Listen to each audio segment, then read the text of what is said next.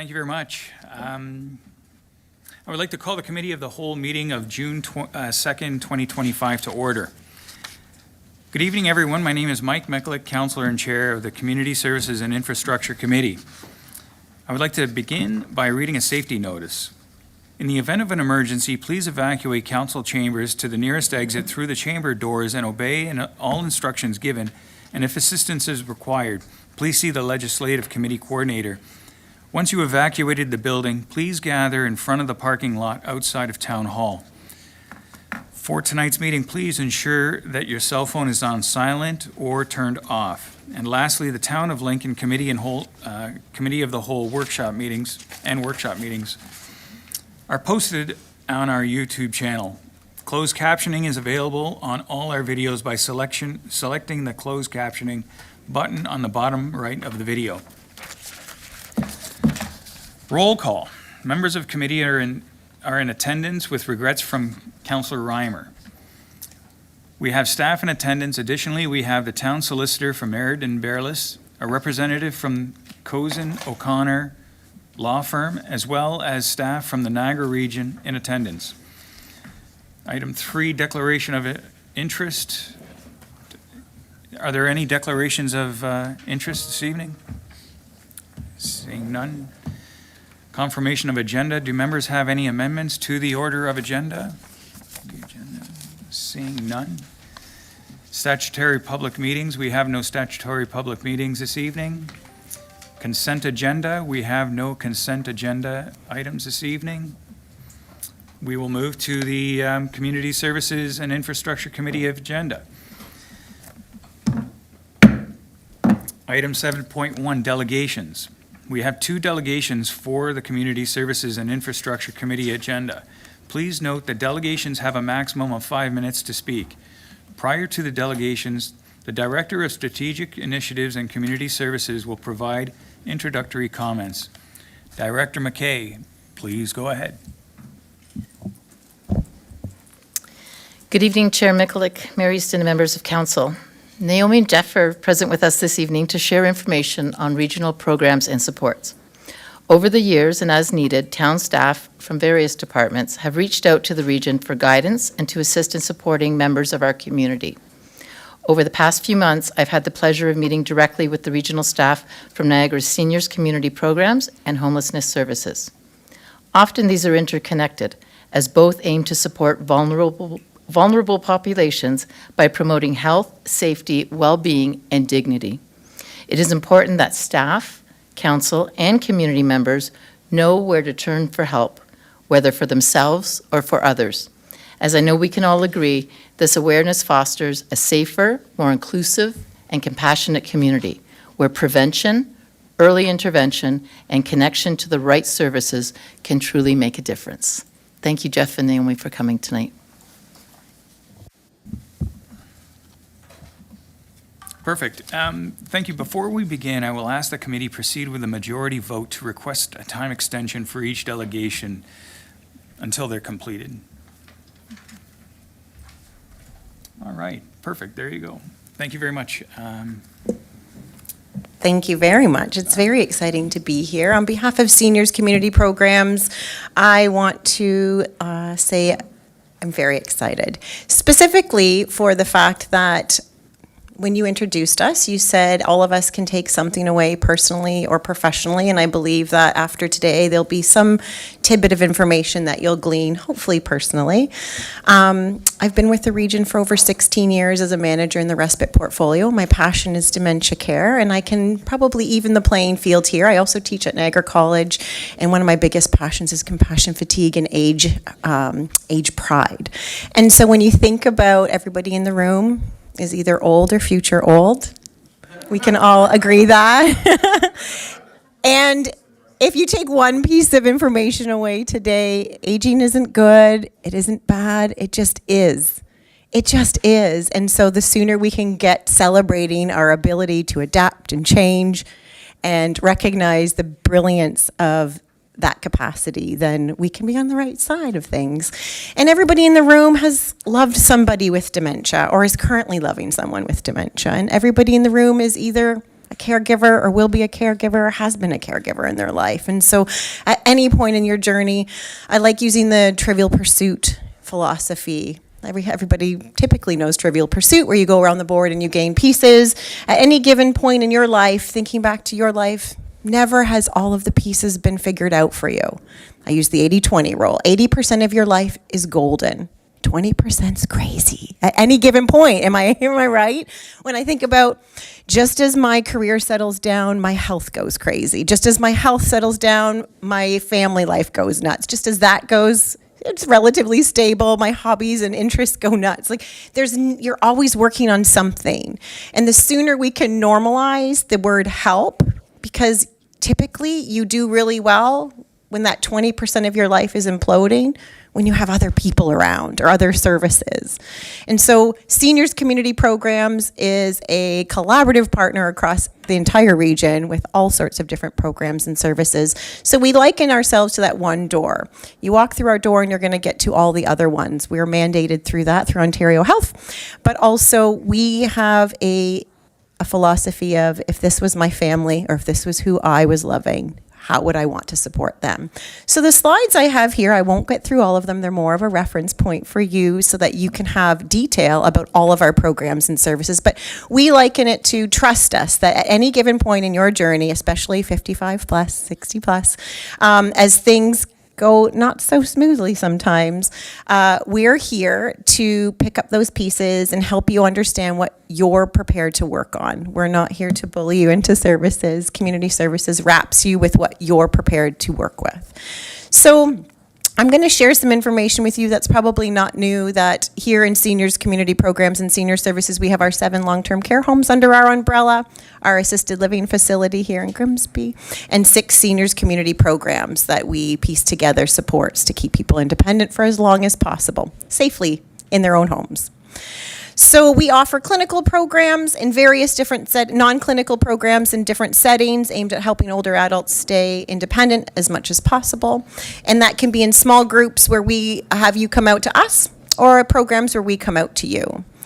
And we're funded through Ontario Health. And in 2024, the most recent data, we have over 2,600 older adults that we support. But I always triple that when I think about the person who is advocating for them, a system or families, because the impact is so much bigger than just the 2,600. And really it's about staying connected and being as active as possible and really keeping learning and keeping their curiosity peaking. 2 new community hubs are currently being constructed. Our Gilmore Community Hub is finished. Some of you might have been out for a visit, and it's dynamic. We're very much excited about looking at how a campus of care can improve the Niagara region and access to services, and the Lynnhaven one is, fingers crossed, very, very much finishing as soon as possible. So this is my landing slide, really, where I want to just show you all of our brochures. Our outreach services, we serve over 2,000 individuals a year with thousands and thousands of visits, specifically with outreach. Over 1,000 older adults leveraged our services, but to get them switching their 20%, whatever they were working on, took over 5,500 interactions for them to be able to be a case closed. So when you think of 5 individuals who are assigned across the region doing that dynamic work, it's very exciting to see those outcomes. And with the Healthy, Safe, and Strong Exercise program, we have many, many older adults, 17,000 individual visits a year for exercise across the region people are attending. And the South Niagara Health and Wellness Program is an amazing collaborative with Shaver Rehab and the March of Dimes, whereby we have individuals coming for free outpatient rehab and education. And it's a 12-week magnificent program. Many of you know our adult day programs, where some people have leveraged respite for themselves, or an individual is able to attend on their own and enjoy a social break. And the program that's my biggest passion is the Respite Companion program, where we provide social-ceuticals and a social programming for individuals living with cognitive impairment in our community so that their loved one can have a break, because we know that with dementia there's not a lot of pharmaceutical intervention, and so when you pair somebody who speaks dementia, they're bilingual, with somebody in their own home to provide programming in a Montessori way, that things improve greatly for their quality of life. And then we have our Niagara Gatekeeper initiative, whereby anybody who has a concern in the neighborhood for somebody who may not be doing as well, but they're trying not to be the nosy neighbor, but they know that if they don't say something, that something might happen, and they're identifying risk, that they call in, and we are able to work our magic with our outreach team and address those needs. So, like I said, 80% of older adults in our community are doing okay. 20%, maybe not so much. And that's where we come in. And then when we meet them, we understand what is working well in their life, and then we support them with that 20% that might not be going so well. I think we all need a little bit of this in our life, to tell you the truth, but specifically we're here to support older adults, and I'm open to any questions you might have. Thank you very much, Naomi, for that presentation. Good. There are times when I feel like a senior myself, and I wonder if I should be borrowing my father's ID to perhaps participate in some of these programs. Right. Not quite yet. We have some questions from Councillor Timmers first. Go ahead, Councillor. Thank you very much, Chair, through you to the presenter. Thank you very much for being here tonight in your presentation. I am a sole caregiver of my mother who has dementia. I've been doing it now for a number of years with no relief. She does live in long-term care, so that has provided, a lot of somewhat, you're not as concerned or worried. You get a because little bit there's of your someone daughter there. roll back, just a Someone little there. bit. Yeah, so my question is around the long-term care facilities that we have across the region. You listed that we have 7. Mm-hmm. I'm wondering what's the capacity? Are they full, and what kind of waiting lists are we looking at? When it comes to our long-term care and all of that data, I can provide that to you separately. It's something that I keep my pulse on, but not the most current information. So typically we would leverage Ontario Health at Home and look at their wait list, because we don't hold the wait list. Okay. They do. So we're, of course, we're at capacity. They don't let us not be. Yeah. So we're at our capacity, but when it comes to turnover and wait list, Ontario Health at Home is the holder of that data. So I can get that for you, definitely. I would appreciate that. I'm hearing, a lot of people talk to me about long-term care. Yes. I do have a lot of seniors in my ward that I work with as well, a couple of very large senior communities. So I'm hearing the wait times are extremely long. We like to dress rehearse tragedy, and so upstream, way upstream, often in our 50s and 60s, are we already anxious about what that chapter is going to look like, and so it's better that we have more information about the current landscape so we can feel prepared. Sure. But you shouldn't have to be panicked, I promise. On this end of it, I say it's all good, Yeah. but when you don't have any other data to go on, I'm sure it's the story that we tell ourselves. And one other question through you, Chair. So around, I do have some people in my neighborhood that I'm concerned about, and I've been trying really hard to get help for them through the gatekeepers.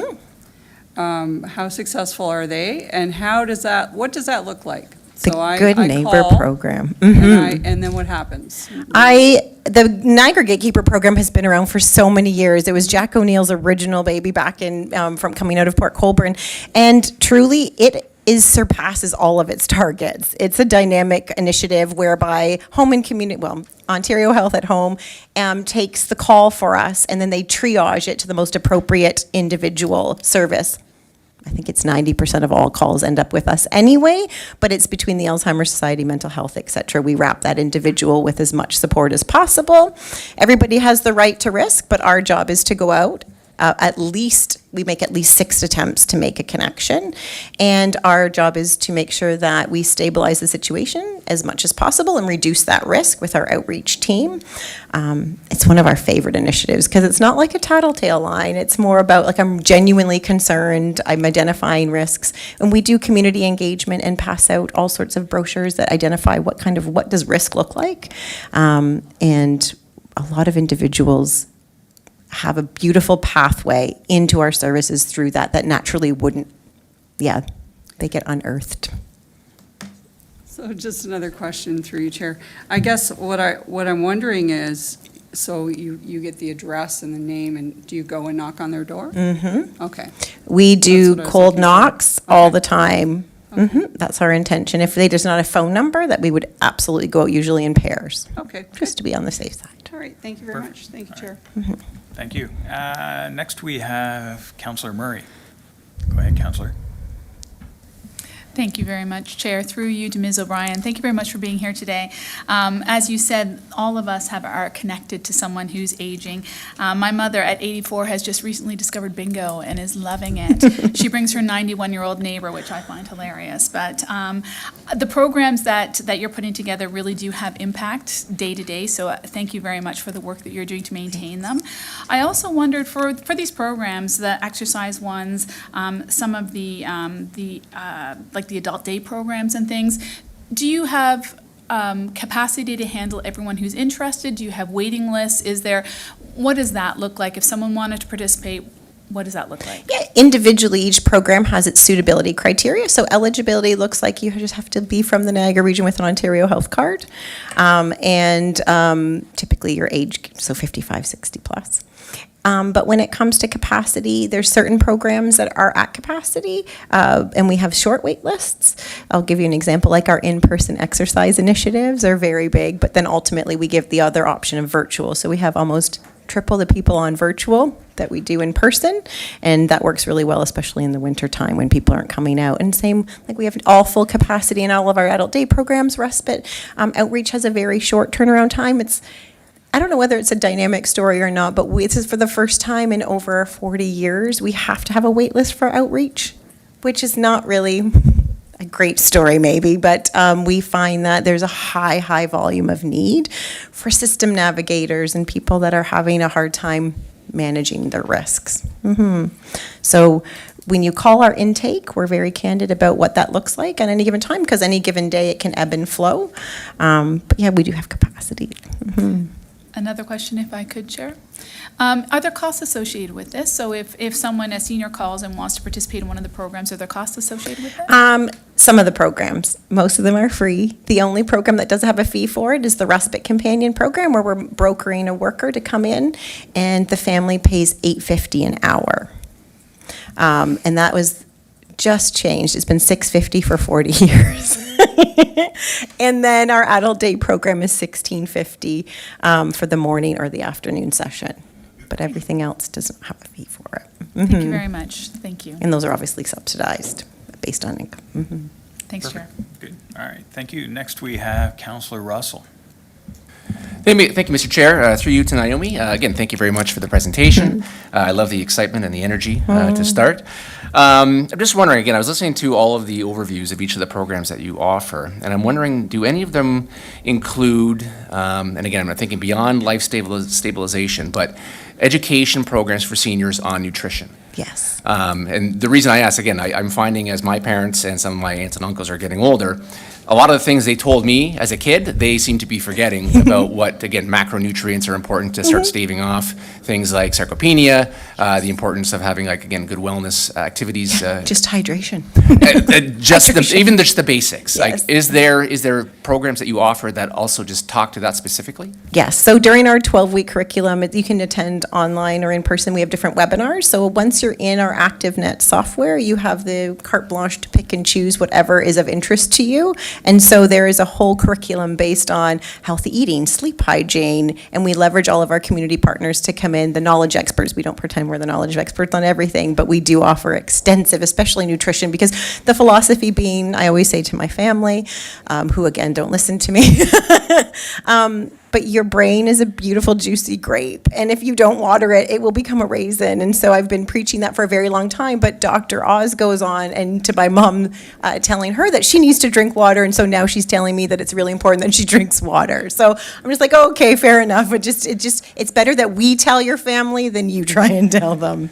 much better. Again, 100% through you, Mr. Chair. I couldn't agree more because I have those same conversations Yes. and it's like, I'm not going to listen to you. But if some random person off the street says it, oh, wow. like, Absolutely. that's- Did you that's- know, Naomi? Yes. I'm like, wow, really? Fascinating. And I love that you mentioned the sleep hygiene. That was just a Yes. discussion we just had recently, even here at the Yes. table. That again, Essential. that I find that as people get older, again, they sleep less, they eat less, and Yes. then, again, bad things tend to happen without them recognizing the domino. patterns that relate to those downfalls. So I appreciate Yes. that. Thank you.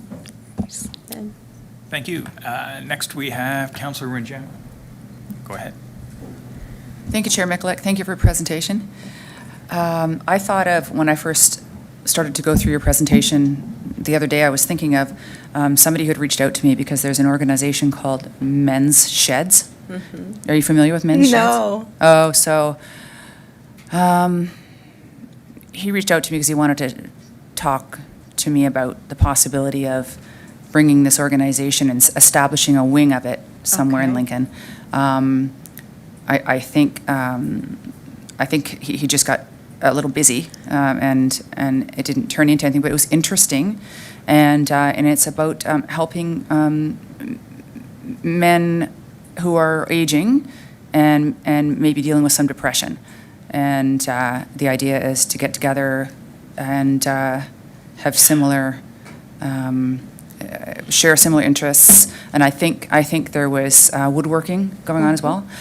So my question is there anything in all this specifically addressing mental health? So we use the social determinants of health as a core foundation to do all of our research and programming around. So psychological wellness, we have our framework that we use around keeping learning, staying active, and all of those are the foundations to what we do. So we know that, and we're also trauma informed. So when we do our work, almost, I'm going to say something pretty blunt, but there's not a single one of us that doesn't struggle with mental health. And so we normalize it and make an inclusive enough environment that somebody that was having to deal with that would always be able to feel safe enough to potentially unpack that with us. When it comes to specific initiatives, we leverage all of our community partners in mental health. We have a deep relationship with them, and so we would be calling them in when we're seeing any struggles. I did a training on compassion fatigue and emotional hygiene with all of the shelter teams, and one of the gentlemen said in the last few years, the thing that breaks my heart the most is the isolated older adult men who are obviously, single, potentially widowed, and they're not coping well, and they're making up a high volume of his caseload, and he's trying to advocate for new things too. So we said we would look at collaboration this year and see what opportunities we have. Yeah. Okay. Well, what I'll do is I'll look up that organization Please. and send you the information on it That because would it was be interesting. great. Okay. Yes, collaboration and innovation is exactly what Ontario Health drives us to do. So by all means. Okay, thank you. Thanks. Next, we have Councillor Pachariva. Thank you, Chair Mikulik. Thank you very much for coming this evening. I sit on our town's age-friendly and active communities, and you would be dynamite to come. I sit on the board, but I would love to come, For you yes. to come to our meeting and give the talk you just gave, it's, I'll do my age pride one. okay, that would be awesome. So Fantastic. are you going to be at the senior showcase? My team is definitely on Are the they? 4th. Yeah, they're there Okay, for sure. Okay, this is terrific. Question with respect to the adult day programs.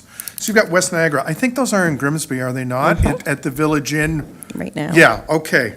So looking for a spot maybe in Lincoln somewhere? You know what, I can dialogue with, I know my director, Beth, is looking at opportunities with Paolo, and our Commissioner Henry have been deeply involved in all of that dialogue about what the needs are out in this area, and so, yeah. Okay. And just, and the respite companion program, my dad had Parkinson's, and my mom took advantage of it because, like, dealing with someone like that, you need a break. Self-care is not selfish, it feels that way. It but- does at first, right? Yeah. But it's really not in order for the caregiver to keep their wits about them. So it's really important. So, I mean, whatever we can do to help spread this news. There's we're some willing to do great great resources. So I sit on the Seniors Pride Network as an ally member. I sit with the Caregiver Network of Niagara, which is doing fantastic, new, brilliant work. And so when I think about a really great up-and-coming group of individuals, the Caregiver Network of Niagara is one that you definitely want to keep in touch with. Okay. And then, of course, the age-friendly group. Okay, terrific. Thank you. Thank you, Chair. Thank you very much. That was a great question there. We do have space available. Next, we have Councillor Brunet. Thank you, Chair. Through you to Naomi, thanks very much for the presentation. I echo my colleagues' comments about your energy. It's just over the top, and thank you for that. So Councillor Panchariva stole one of my questions about the location in West Niagara, so it's great to see there's something as close as Grimsby. But to take it another step, so when we look at community hubs, and it's great that you're building one in Fort Erie at Gilmore, and Lynn Haven is going to be opening very, very soon. Had the chance to get over to that. It looks amazing. So West Niagara, you talked about Henry and collection of data. So you look at what's happening in West Niagara, we have huge growth. You too. I think you mentioned the word community hubs, and you mentioned the word, I think, campus of care. So we have a brand-new hospital that we've been fighting for over 30 years to be built. It's going to open in October. How exciting is that? Yes. On the same campus as Deer Park Villa, which I'm sure you're very familiar with, Yes, and it's McNally ours. House Hospice.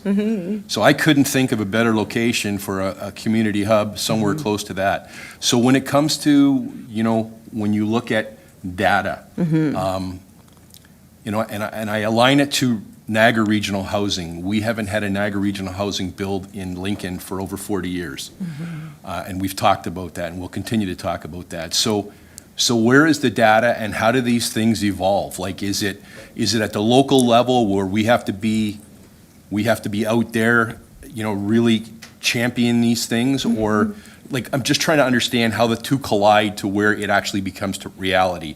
Is it the Niagara region, or is it the local area, or is it a collaboration of both?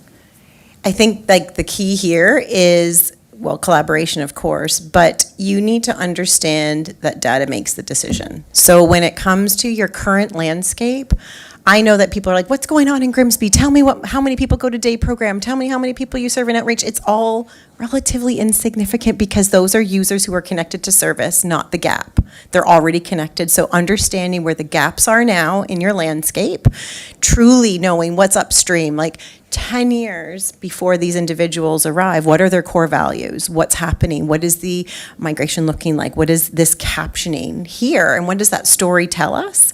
And then maybe it's not a hub. Maybe it's something different. Maybe there's a further innovation that needs to happen. But I'm just trying to understand what the current landscape looks like for the people coming to this area, and what is the perceived need going forward? What will the gap be? Because we all know that we're trying to avoid hospitalizations and we're trying to avoid long-term care. So how can we create a community that can help people stay in their home safely for as long as possible?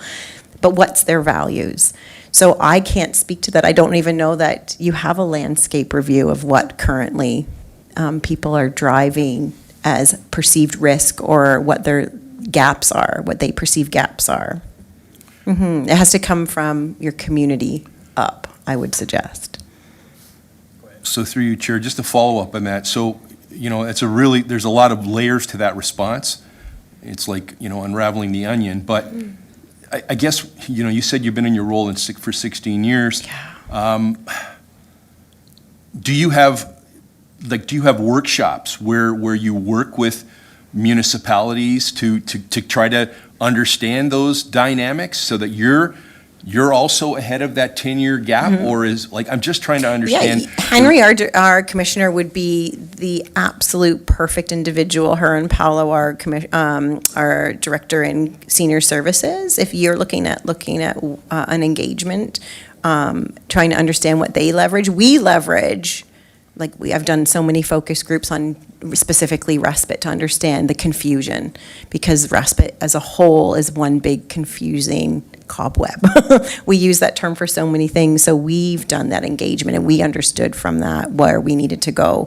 And so I would suggest that reaching out, our commissioner and director would be the best people to understand your way forward. That's great. Thank you, Chair, and thank you very much for being here this evening. Thanks. Thank you. Anytime. Thank you very much. Mayor Easton? Naomi, thank you for your presentation. As I mentioned briefly before the meeting started, we have had Commissioner Henry here within the last 3 months, I believe. I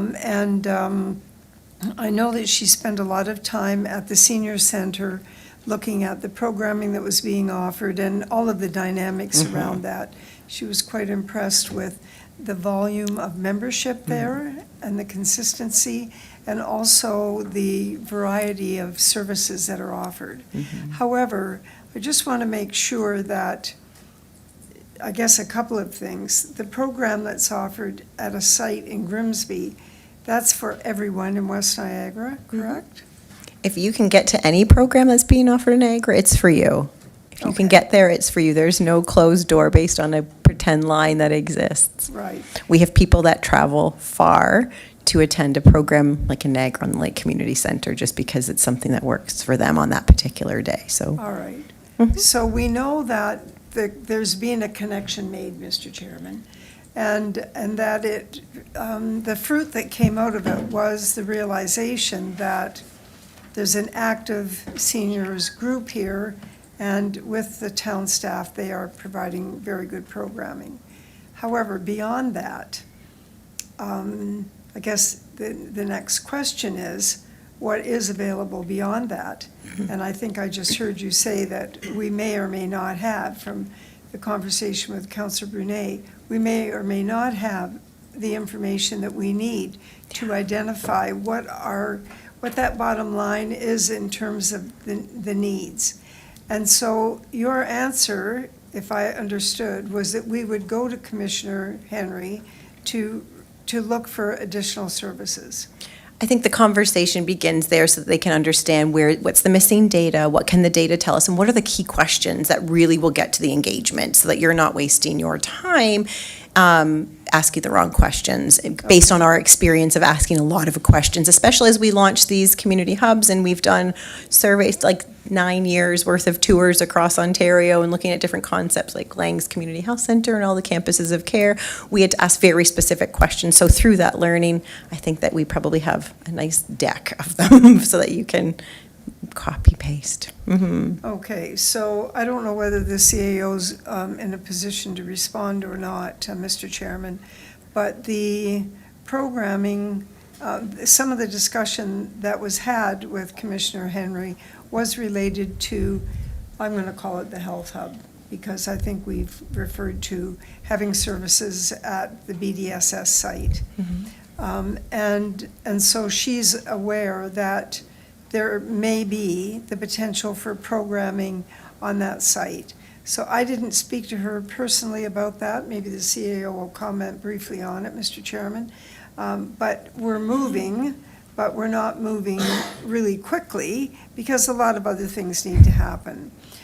So I don't want anybody that's watching or the council to think there isn't action being taken, because there is. And it's being taken at a time when there is a huge conflict in the dynamics and priorities that we're being confronted with at the regional level, because you are the people that provide the services. You get the money from the upper levels of government, and you provide the services. Our job is really to open that door and say, come in, what do you see? What do you think that we could put together here to improve the availability of services in a very fast-growing community? And to be able to be that two-way communication for us to receive the information you're receiving in the community from everybody, depending on all ages, on what they believe is their core values and what they believe that their community potentially is lacking, so that we can help understand at all of our collaborative tables when we're innovating and looking at new funding where we can best put that. Right, right. So the okay. communication up to us is. Thank you very much. Thank you, Mr. Chairman. Thank you very much, Mayor Easton. Thank you, Naomi. I think it's wonderful. It was a great educational experience learning Good. what you do and what the region provides for our seniors. From mental, physical, companionship, I think it's important. I mean, the easy thing to do is just to plop somebody in front of a TV. It doesn't matter what age they are, but I mean, that's not really a quality of life that I think is beneficial. No, that's not to- how we want to exchange our chapters, that No. chapter. So I think, yeah, and I think it's wonderful what you're doing. And the question I have, just, on your last slide, just wrapping this up, is, you provided your phone numbers and contact information here. So what can a person expect when they do call? Is it going to be like A person. okay, that's, I hate asking Pam that or because Travis nobody are answers going the to phone pick up anymore. your phone and say, what can we help you with? Fantastic. I think, because the senior population, they're used to the traditional, old-fashioned, somebody I think, answering well, I the can challenge the stereotype, though. I can challenge that stereotype. I think that a high volume of individuals are hoping that they get a person. I don't think they're as disappointed anymore, given the chapters that they've had of exposure. Yeah. But I do believe that we can give that personal experience, especially as we think about accessibility, hearing, et cetera, having website access. I think a phone call, especially as you navigate so many different pieces, it's tricky for us as a team to navigate everything, so we can appreciate how it would feel driving in uncharted territories. Fantastic. Yes. Fantastic. So Thank you. call anytime. Yeah. All right, terrific. I see no other questions here. Oh, sorry, our CAO, he'd like to provide some comments, additional comments. Through you, Mr. Chair, and thank you for the opportunity. And Naomi, we haven't met, but your enthusiasm, I think, as council highlighted, is contagious, it's infectious, and I knew the region had great staff, but you're a testament to that, and so is Jeff, and I look forward to his presentation. I did just want to highlight and answer the question that the mayor posed. We have sat down with Henry. She actually had a number of directors come to the community, do a little bit of a tour, but really sit down to have a conversation. And so you mentioned Paulo, he was there, Satinder was there, Cameron. Yes. Sandy, and of course Kathy Cousins and Anne Marie. Oh, that's like the whole gamut. So You got it is, everybody. and it was a great conversation. Yes. And to your point though, around data, and I think moving that forward, that conversation, and starting to look at what are the needs here. We identified, I think anecdotally and intuitively, and with the limited data we have, that there's a need here in West Niagara, I think, as you've heard from a number of councillors. Now it's a matter of looking at, I know we talked about some pilot projects and maybe having them start at that pilot phase and then continue to having more and more I days love pilots. in the community. Yeah, it's easier to get that pilot Yeah, forward. and you can so- be vulnerable with a pilot, because you're like, this is Absolutely, you can working. make some mistakes, you can Yes. figure out what works and doesn't work. And so Builds look trust forward in to the more. community too, I think pilots do. Yeah, absolutely. So, yeah, I did want to highlight that, so I look forward to having more conversations with you and others on the team. Thank you. Thanks, everyone. Terrific. Thank you, Naomi. Good. Enjoy your evening.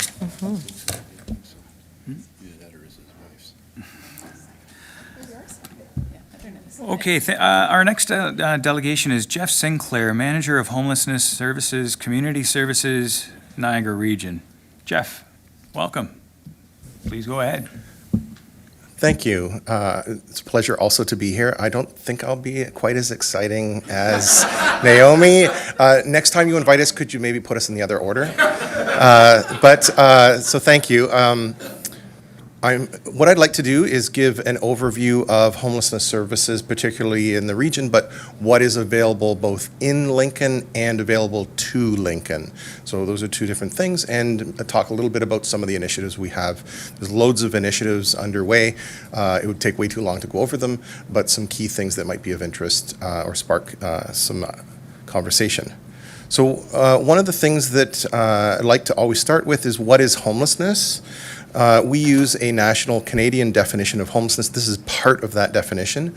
Homelessness is the situation of an individual, family, or community without stable, safe, permanent, appropriate housing, or the immediate prospect, means, and ability of acquiring it.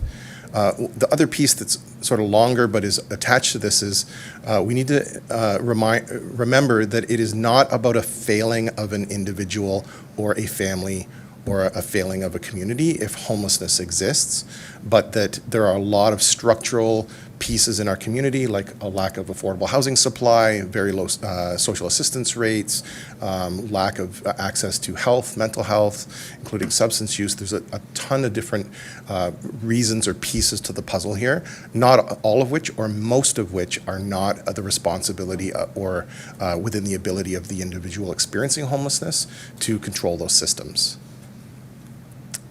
So a snapshot of homelessness in Niagara as of April 30th. We do have just published at the end of every month. We look at our by name list and we publish some data. So I do have the data, but for the slides to meet the deadline, I couldn't include the data we just ran yesterday.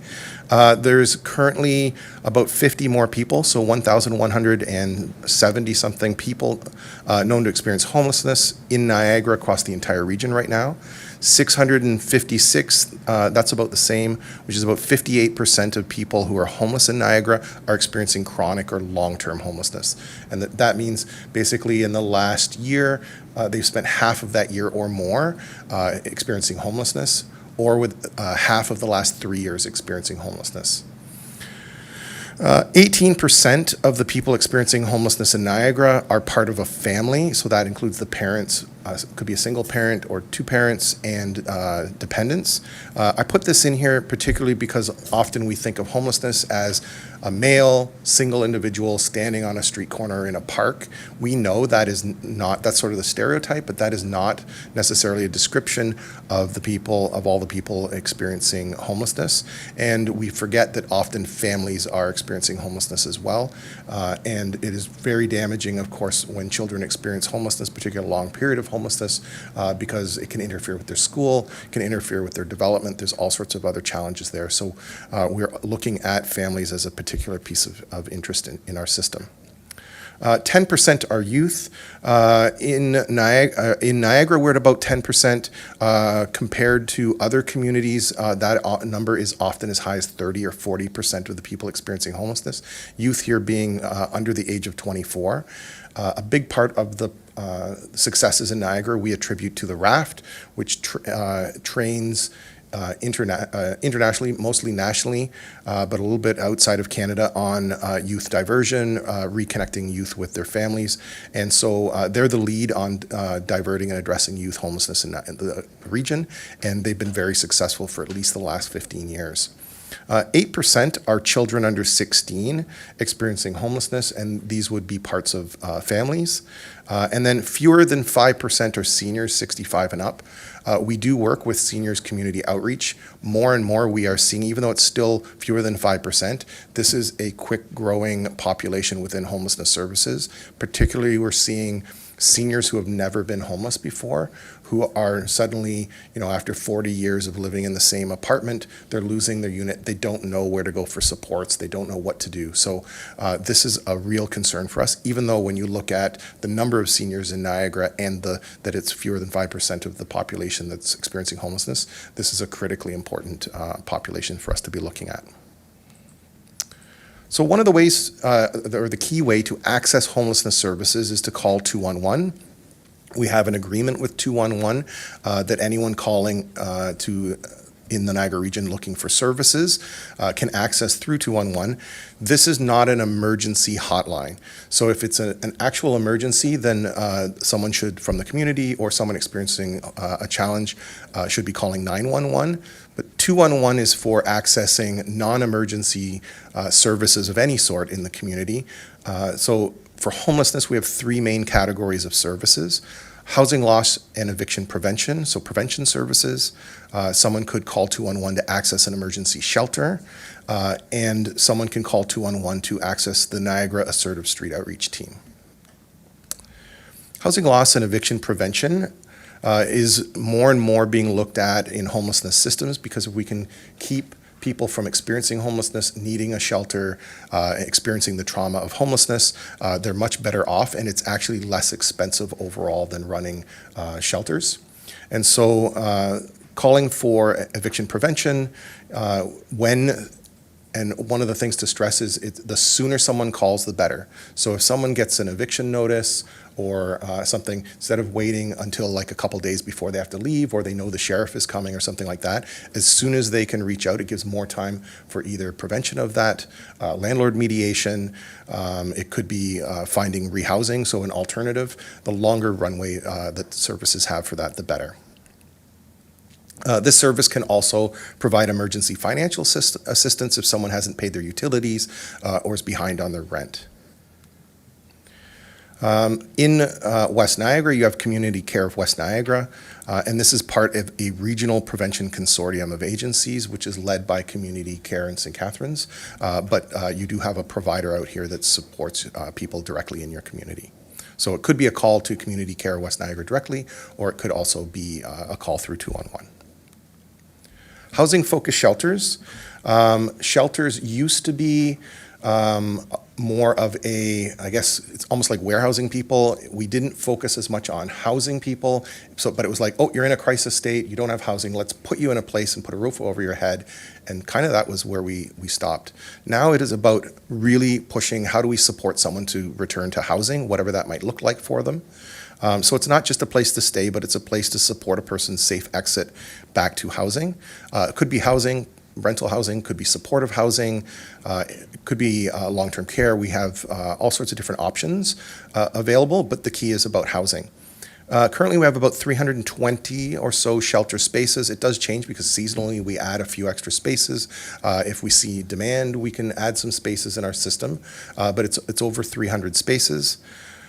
These serve single men, single women. We have spaces for couples, which is something we've newly added, seeing that there were a lot of couples, either couples that became homeless together or survival couples, people who met in their homelessness and then are supporting each other. And so then we would look to move them both into shelter together, which could be challenging if they're different genders. And then we also have family shelters. The shelters in Niagara's system are all located in St. Catharines, Niagara Falls, and Welland. And so, as you know, you don't have a shelter out in West Niagara. Assertive street outreach helps unsheltered individuals stay as safe and as healthy as possible while they work to find housing. The two exits for people that are out and experiencing unsheltered homelessness would likely be first to try to move them into a shelter where they can get support. But if they aren't interested in shelter or they aren't able to go to shelter, the NASO team can work with someone to get them straight into housing. And so we do have actual really good success rates with housing people who are unsheltered. And this has been, I think, a unique piece of Niagara's system where a lot of communities start and end their outreach with sort of care like food and maybe a tent and some other things. And if shelters are full, there's not really much else they can do. If our shelter system was full or someone can't go to a shelter, NASO can work directly to get them housed. And unsheltered means staying in a public park, a tent or an encampment, an abandoned building, or in a vehicle. I do know we've had calls from this area where people are staying in vehicles, and so the NASO team has responded to that. We use coordinated access, so there's no coordinated access to get into our system. Anyone who's experiencing a housing loss or has lost their housing can call 211 and can get one of those three services: prevention, shelter, or outreach. That's not part of our coordinated access. That's available to anybody in the community. Coordinated access is to support people once they've accessed our system, come in the front door. We use a common assessment of need that looks at mental health needs, housing history, substance use, all sorts of different aspects of someone's care needs. And then what we do is we look at what would be the best supports for them. So this really is about matching people or households with the supports that best meet their current needs. So in our system, Homelessness Services has transitional housing. We have a bridge housing site. We're building our second bridge housing site in St. Catharines, which is a shorter term, very intensive transitional model for people with high acuity of need. So people with a lot of challenges to staying housed.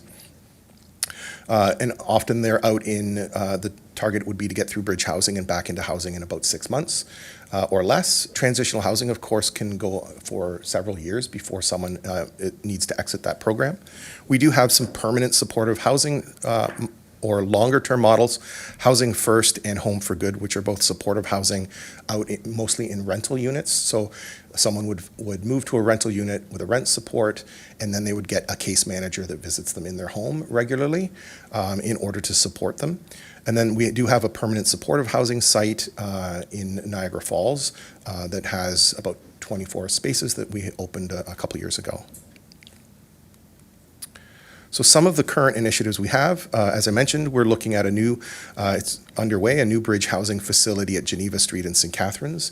We're still trying to determine what specific supports might be on other floors other than the bridge housing. So we've looked at needs for seniors, we've looked at needs for convalescent care, like all sorts of different things to try to figure out what it is that we would need or could use in that facility, looking at higher needs population from homelessness services. We did a revised NASO model. So one of the things that was happening with our outreach teams, they went up last year, about this time last year, they were up to about 500 calls a day, or 500 calls a month, sorry, around mostly like complaints, people calling and saying, oh, I saw a homeless person or scruffy person in a park, can NASO run out and, I don't know, make them go away or whatever. So there was a lot of confusion coming up about what NASO's role actually is, which is their role is to engage people who are unsheltered and support them to get into shelter or to get housed.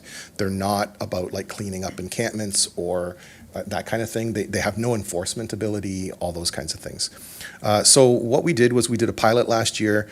We had 2 NASO workers specifically who case managed a set number of people from encampments. And we found that after about 10 to 12 engagements over a fairly short period of time, it triggered trust and then moving to shelter and or housing. And this is for people often who are very entrenched in unsheltered homelessness, had been on the street for years. So what we did as of January of this year, we revised the whole NASO model to do more of that and less chasing complaints from the community. So again, some of the, if there's concerns about crime or anything else like that, safety and that's more of like a policing call, right? If someone's having a mental health crisis, that's more of a health crisis call. So we've really focused NASO on that model, and we're having really good results with more housing, more people accessing housing from unsheltered. We do have a family strategy. We have a group that's met twice. Right now, we're just unpacking what are the needs. One of the key things with families is we're seeing there's not enough, less expensive townhouses and other options in the community for families. Families are struggling to pay for their rent, a number that we are seeing definitely a significant increase in families accessing our system. And the other piece to that is we're particularly seeing discrimination against large families. So we've supported in some of our shelters families with 10 or 11 kids. Often they're newcomers, and then they have a very hard time getting landlords to agree to rent to them. So on top of the affordability issues. So we're putting together a family strategy. We've been talking about this for well over a year now, but we're actually meeting, and we're sort of getting to the gold in the conversations about that. So more will be coming forward on there. We do have federal funding for veterans outreach. We currently have 5 veterans confirmed who are experiencing homelessness in Niagara. We don't have the volume of homeless veterans that Hamilton and some other communities have, but we have been able to secure funding for a dedicated outreach worker to engage with veterans, and the plan would be as soon as possible to achieve 0 homeless veterans in Niagara. So that's part of national funding, but also Niagara Region has signed on as part of through the Canadian Alliance to End Homelessness as part of a community group working on ending veteran homelessness. We expanded diversion over one of our cold weather alerts in February, and in a 1-week period of time, we were able to divert 110 people who were trying to access shelters to other options like staying with a family member, a friend, something that wasn't a part of our system. And so that was successful. But what that meant was we used that to keep spaces available in our shelters for people who were on the street during that cold weather alert, so we could take as many people in as possible. And so we're looking now at expanding diversion to all of our shelters to have a dedicated worker to reduce the number of people who are accessing shelter who actually do have alternative services and things that they can access. And then we're currently revising our winter response plan, which will be going to Regional Council in July to our Public Health and Social Services Committee. And that's everything. Thank you. And through the chair, if there's any questions, I'd be happy to answer them. Thank you very much, Jeff. You were right. It was a different presentation from the one we previously heard. Though it generates a different emotion amongst council, and I'm sure because the question board is lighting up. So appreciate that presentation and look forward to the questions from my colleagues. First, we have Councillor Timmers. Thank you very much, through you, Chair. Thank you, Jeffrey, for being here tonight. You know, that was a very good presentation, and I think it had a lot of information that I would think a lot of people maybe aren't aware. It makes me feel somewhat hopeful. However, with that said, you know, the number of homeless people that you're estimating, or you have data that shows 1,179 in the Niagara region. Well, we know that that number is only based on people who are identified or have reached out or have been connected. What would you estimate the actual number to be? I know that's a tough question, but I know that number is much larger. Yeah, so through you, Chair. So this keeps me up at night. Are we capturing enough people on our by name list? And are we missing people that we should be looking at and considering for services? We are pretty confident that, with a couple caveats that I'll share, that the numbers we have on our by name list is fairly accurate to the homelessness out in the community. We've done quite a bit of work, and one of the things we do is when we run a point in time count, we do look at the people who are experiencing homelessness on that specific day. We cross-reference it to our by name list to see if there's too much of a discrepancy between the people that we're counting. And mostly, they're pretty accurate. So we're confident that we've got 90% plus of the people, with two caveats. One is hidden homelessness, which by definition is, well, hidden.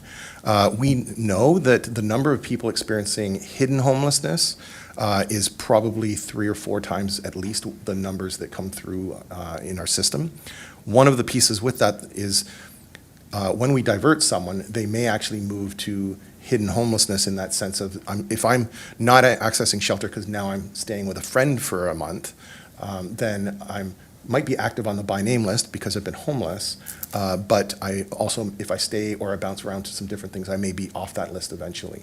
So that's one of the caveats that we're sure there are more, and this is common across any community with homelessness numbers, is that it would be missing a fair chunk of people who are couch surfing or in other options. And the other one I would say we definitely don't capture accurately is Indigenous homelessness. We know that Indigenous people are, say, around 4% of the population across Niagara. It varies by community. In our by name list, about 15% of the people have identified that they're Indigenous. But when we do our point in time count, we've had up to 28% of the people we're surveying identify they're Indigenous. And so part of this is a lot of people in the Indigenous community are being supported through Indigenous agencies like the Friendship Centers, who do a great work with their own community, and so they may be more reluctant to identify that they're Indigenous to government, and we may not be engaging them because their needs are being met somewhere else. So we do work with Indigenous partners to figure out what is the gap there. And I would suggest that it is probably closer to the 25-28% of the people that are experiencing homelessness in Niagara than the 15% we have on our by name list. Okay. All right, well, thank you for that. And just one other question through you, Chair. Around the, so you have 320 shelter spaces. In a perfect world, how many spaces could you really use? So this is an interesting question, and we talk about this every week, the commissioner, the director, and my team and I. So homelessness traditionally was looked at as being solved through shelters. The one challenge is that if you're in a shelter, you're still homeless, so it actually isn't a solution for homelessness. And one of the other pieces there with shelters is that it's not static, so people hopefully are going to shelter for a period of time. Our current average stay for our whole system is about 43 days in shelter before someone's getting housed or exiting. And so the idea would be, well, we need less shelter spaces if we move that number from, say, 43 days down to 23 days. We would need half as many shelter beds, or we could put twice as many people through our shelters. So there's always that question of what can we do to increase the outflow from our shelters back into the community. So some of the things we know work are supportive housing, So there's a population that will need 24/7 supports day and night to be stably supported. It's rent supports, particularly for some populations like families where it's not as much about mental health and other things. We're really seeing it's poverty-based. We do see right now, average rents don't fit with people on Ontario Works who have like $700 and the rents are like start at $900. So, I'm pretty good at maths, but I can't make that math work. So, if we could solve some of those pieces, we would need fewer shelter beds. Having said that, we did have OrgCode Consulting a couple years ago, in 2023. They did a review of our shelter system, our capacity, and identified we would know when our shelter system was at the right sized, because we would end up at about somewhere, our occupancy would be around 92% to about 95%. Last year, through the summer and into the winter, we averaged in that 92 to 97% range. This year, we're back up to close, like 99.7 or something right now. There's still a lot of flow into shelter and out of shelter, but we're getting close to capacity again. In previous years, up to last year, we were at like 103, 105% capacity. So there's extra people tucked into shelters. So right now, I would suggest first is to roll out our new diversion to see if we can ease some of the pressure on shelter and have people staying at alternatives. And then if it's still up in that, like close to 100%, we would most likely need to put a new shelter in somewhere or expand our current shelter offerings. Yeah. That's very good. That's really good information. So thank you for that. Thank you, Chair. You're welcome. Thank you. Next, we have Councillor Russell. Thank you, Mr. Chair. To Mr. St. Clair, just to kind of branch off of what Councillor Timmers asked as far as the numbers go. So you mentioned that, again, it's 1129 in your presentation with an addition of probably 50 to up to 1179.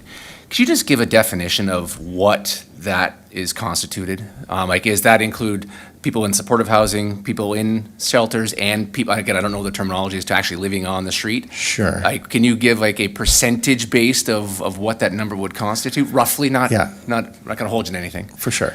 So through you, Chair. One thing I didn't mention in the presentation is that I did look up our by name list today before I came, because at the end of the month we publish new data, internally at least. And I can say currently in Lincoln, you have 11 people experiencing homelessness that are on our by name list. There are probably more, like I mentioned, couch surfing, et cetera. In that, there was a mix. Normally I would be able to give you numbers of roughly how many people in different categories, but I can't because the cutoff is at 5 people. And so if I were to say it's so many families, then you might even know who those families might be. So it's 11 people, but it is a mix of different situations, including the different sort of typologies or the different types of homelessness. So you're considered homeless if you are currently in a emergency shelter, then you're what's called sheltered homelessness. You are unsheltered homeless if you're staying at an encampment, in a public park, an attic, someplace that's not fit for human habitation. You're in a tent, in your vehicle, all that kind of stuff. And then the third category is provisionally accommodated. So that includes not permanent supportive housing.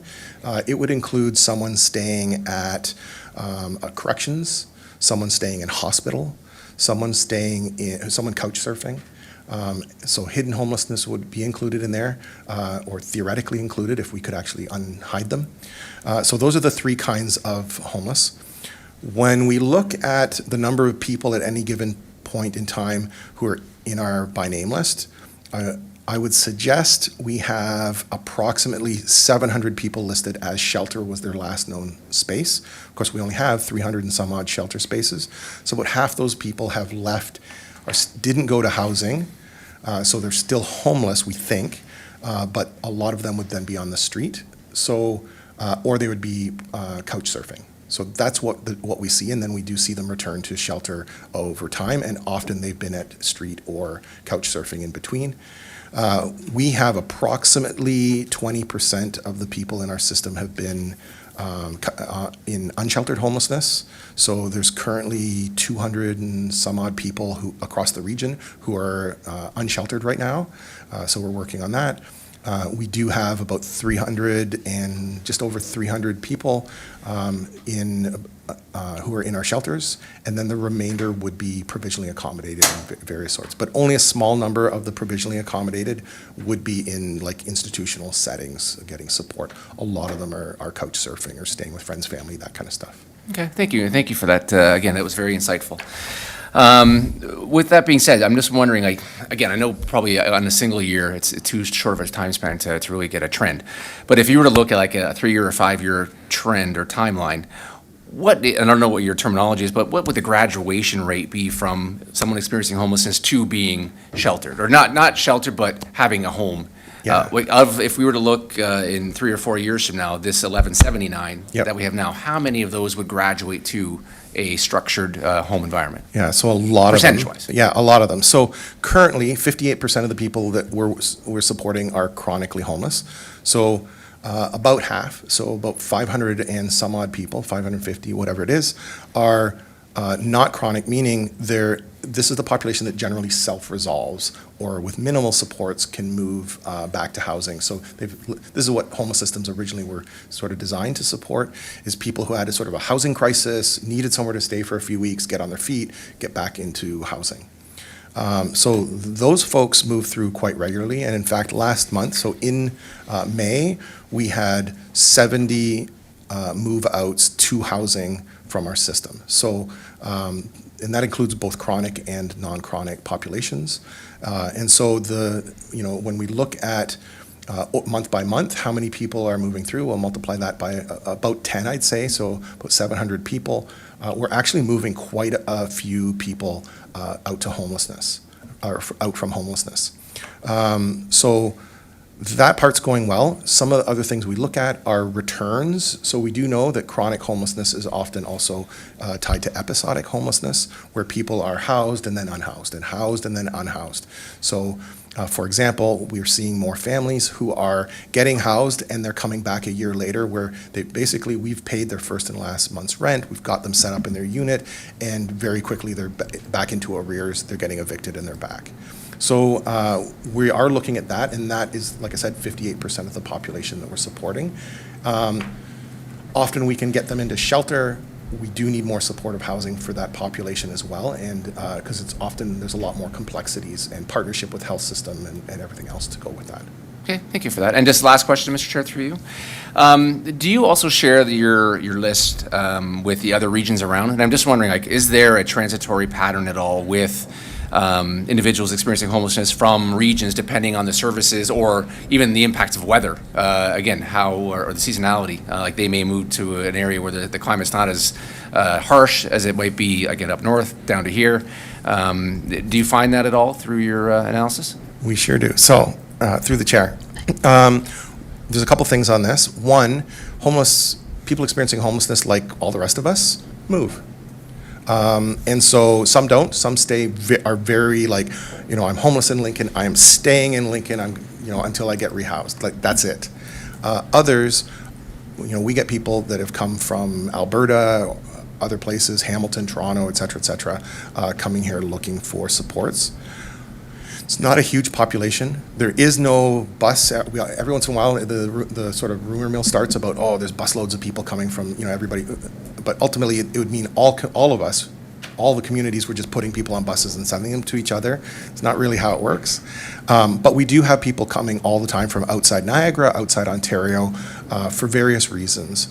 One of the things we do, and why diversion is so important, is that it isn't a good idea for us to be supporting. So, if you came to Niagara looking for support because you're homeless, assuming your home community is not a risk, like you're not fleeing violence or some other situation you need to get out of your community, then probably if you're social supports, your family, your friends, your doctor, your social assistance office, whatever those supports are all in that other community. It actually makes a lot more sense, and it's better for you to be in that community if it's safe to be there.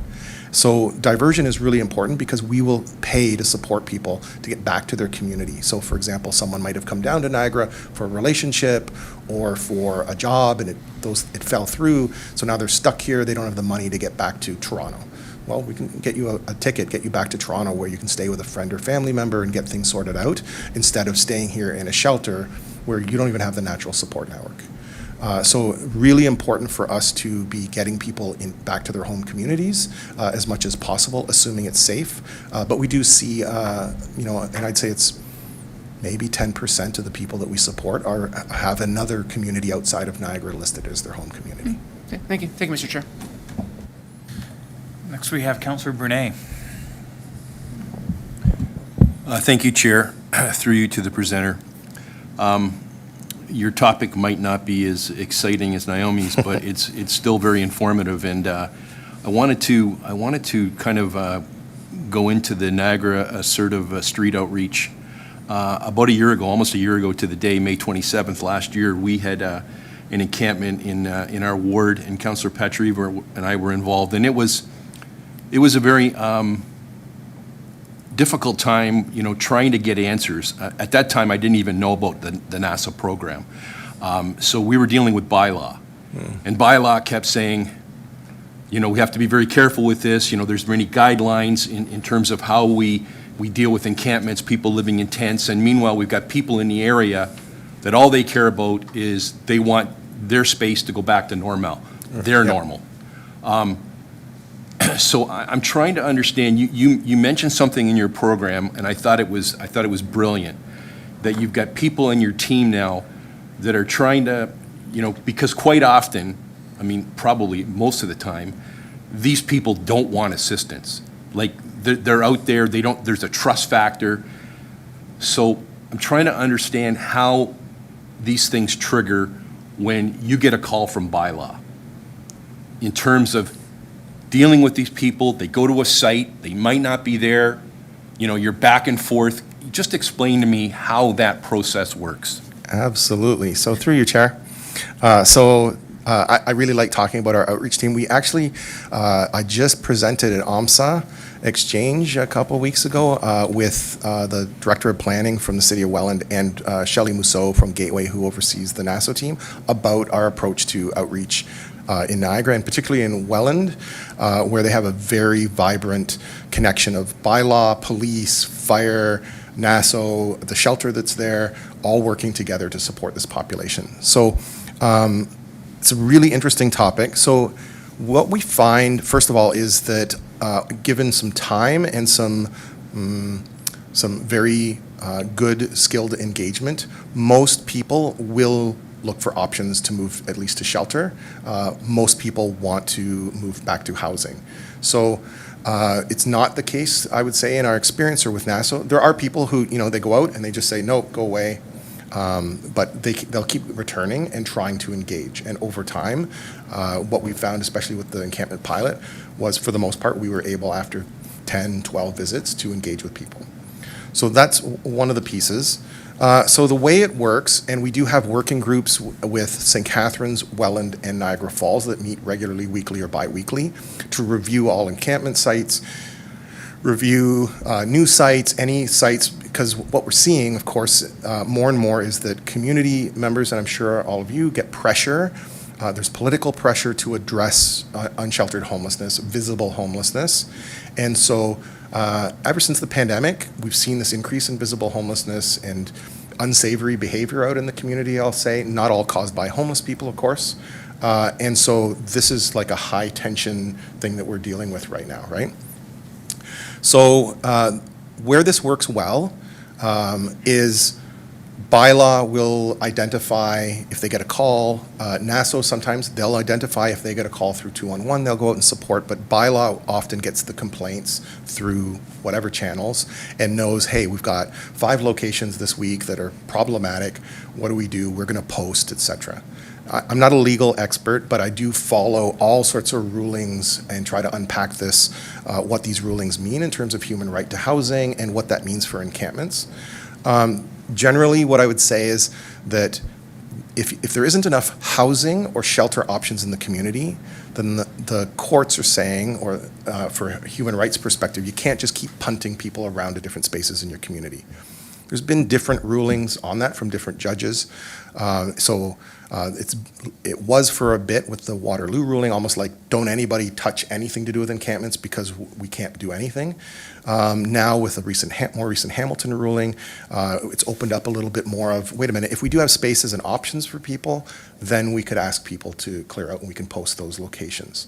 So what generally works, and we do have a protocol with municipalities, which I'd be happy to share with your staff. Generally, complaint comes in, bylaw then looks at it and might enforce and say you've got to move. Bylaw, even before they post, anytime someone tells NASO that there is an encampment, they'll go and engage regardless of whether it's being posted or not, because the goal is to get people housed and supported. If the encampment is posted for removal, NASO makes sure they go out there every day at that point. They up their game in terms of engagement to try to get the person or people to move to shelter, support them into housing, whatever those supports look like. And then usually we suggest the post is for, like, say, 5 days, a full week, because that gives time to make sure there's shelter beds available if they want that, or there's other options available. Sometimes people, at the end of that, won't go somewhere or won't agree to work with NASO, in which case they unfortunately have to move on to somewhere else. So there's been a lot of active discussions on what this means. It has changed every time there's a new court ruling, but that's kind of the process we're currently using. Through your chair, just a follow-up question? Yeah. So that's great. I really appreciate that, that walkthrough on the process. So, again, in your presentation, you talked about success with RAFT. So when I go and I look at Niagara Assertive Outreach Team, Yes. there's a bunch of links on there. So I really like, where you're going, but I'd like you to speak to the success rate. So your team member goes out because of bylaw complaint, they're out there, they see an encampment. So now, there's that discussion. Right. And there's a willingness to work. So, your website talks about Gateway, it talks about RAFT, it talks about Southward. So what is your success rate where you can actually take a person or a couple out of encampment and actually get them with a roof over their head? So through your chair. So this one, I don't have the data on hand. I have lots of data in my head, but this one I don't. But I can say that from so when we started our encampment pilot, NASO's successes for shelter and housing were pretty low. In fact, there were several months when we ran the pilot where the rest of the NASO team had 0 moves to housing. So we have high needs individuals, a lot of them chronically homeless, out on the street, and we're getting 0 of them into housing, although a fair number were moving into shelter as those spaces were available. Through the pilot itself over those months, we saw at least 6 people from 2 workers, 6 people a month moving into housing, never mind shelter. And I think it was 35 or something on average people were moving during the pilot, which was about 4-month period, were moving into shelter. So those numbers really went up. The numbers, we monitor the numbers for all of our programs regularly, and this year to date, those numbers are also up. So I can't tell you, I can go back and get the numbers and send them as a follow-up, but the results have been pretty good. And I know it may sound like, 10 or 15 people moving to housing in a month from street isn't a lot of people, but we're talking people who have been extremely marginalized, often very complex cases, health needs, mental health, substance use. There's all sorts of stuff going on with these people's lives. And so getting any of them housed now has been quite a good success. Mm-hmm. Thanks very much, Chair. Thank you very much for being here this evening. Mm-hmm. Thank you for those questions. With each question, I always say this must be the toughest part of your job. And then the next question turns out to be a tougher part of his job. Councillor Wynne-Gemma, go ahead. Yeah, so, you like talking about your job, I can tell, so that's good. You have a lot of good answers for us and no shortage of information. So a few years ago, we received the housing data, and I believe you did all that research. And primarily it was single, I think it was single men. Just single households. Single households. Single-person households, 84%. Are the highest, or the biggest requirement in Niagara generally, right? So my question is about, with that data, I know that part of it's cost, but I know that sometimes, single, what's the word, a single unit, like Yeah, what's it called? Like a single-person household or like a bachelor one-bedroom unit. Bachelor or one-bedroom unit is built, it doesn't necessarily sell, it doesn't necessarily rent quickly. And one thing I think of often is that there can be families break up, and that if the father of young children wants to have his children stay with him for extended periods of time for the weekend to share custody, he can't just have a one-bedroom unit. He has to have places for the children to stay. That may be true for women, I don't even know. I just, that's the situation that has been brought to my attention. So is that taken into consideration when we say that one-bedroom units or bachelor units are the highest need? Or is it just looking at the situations of the people that are needing homes, that are experiencing homelessness, and really what amount of bedrooms that person needs for themselves? Sure, that's a Yeah. great question. So, through you, Chair. So, yeah, so some of you may know this, but like up until almost exactly a year ago, I had a totally different hat. I was at the region for almost 8 years doing the Housing and Homelessness Action Plan, our 10-year plan. Last year in May, I took over as the Manager of Homelessness Services. So we did quite a bit of research looking, worked with some consultants looking at the data on housing need in the community. We're updating that data right now. I'm not part of that project, but my colleague who's filling in that role now is working on it. So it was 84% of households, and what we did was we looked at not what you're suggesting, the extra need for other spaces in the house, but just based on household size. So the example you gave is a great one, because this is a challenge where you have, say, a parent split up, there's some dependents, the parents don't have, say, equal custody or equal, so they're maybe staying with one parent most of the time, visiting another parent. What we did was the one person who would be on their own for the most part would be counting as a single individual, and then the lone parent household would be the other parent with the dependents. So when we looked at housing need, it was 84% of the need was across the whole Niagara region. We do have Lincoln stats that we can share, or I'm sure you've got them before, but 84% was for single individuals, 14% was for lone parent households, and then the remaining couple percent was for couples with or without dependents. So ultimately what it shows to me is that really what we're talking about here is that if you have only one adult working in a household or earning an income in some way, that's insufficient to pay for our housing supply, because 98% of the need for affordability is households with one person, whether you're on your own or whether you have dependents. So we didn't look at what would that look like. We have had some requests, it's interesting, where like we have a male staying at a shelter and then they're like, I'd like some support to be out of shelter to get custody of my kids for a weekend or something. Ultimately, that's really challenging for us to do within the emergency part of our system, like shelter system. But what we do is we say that's a great thing. Once you get housed, you can have your kids over hopefully as much as you can.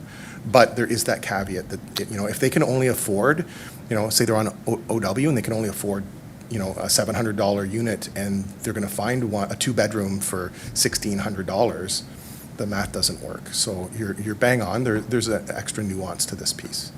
Yeah, and what you've just said to me is that that was taken into consideration in the data. Single parents, so and their requirement. Is your data earlier on is saying that, where is it here? So 10% of people experiencing homelessness are youth age 16-24, 8% are children under 16, and then fewer than 5% are seniors. So there's a great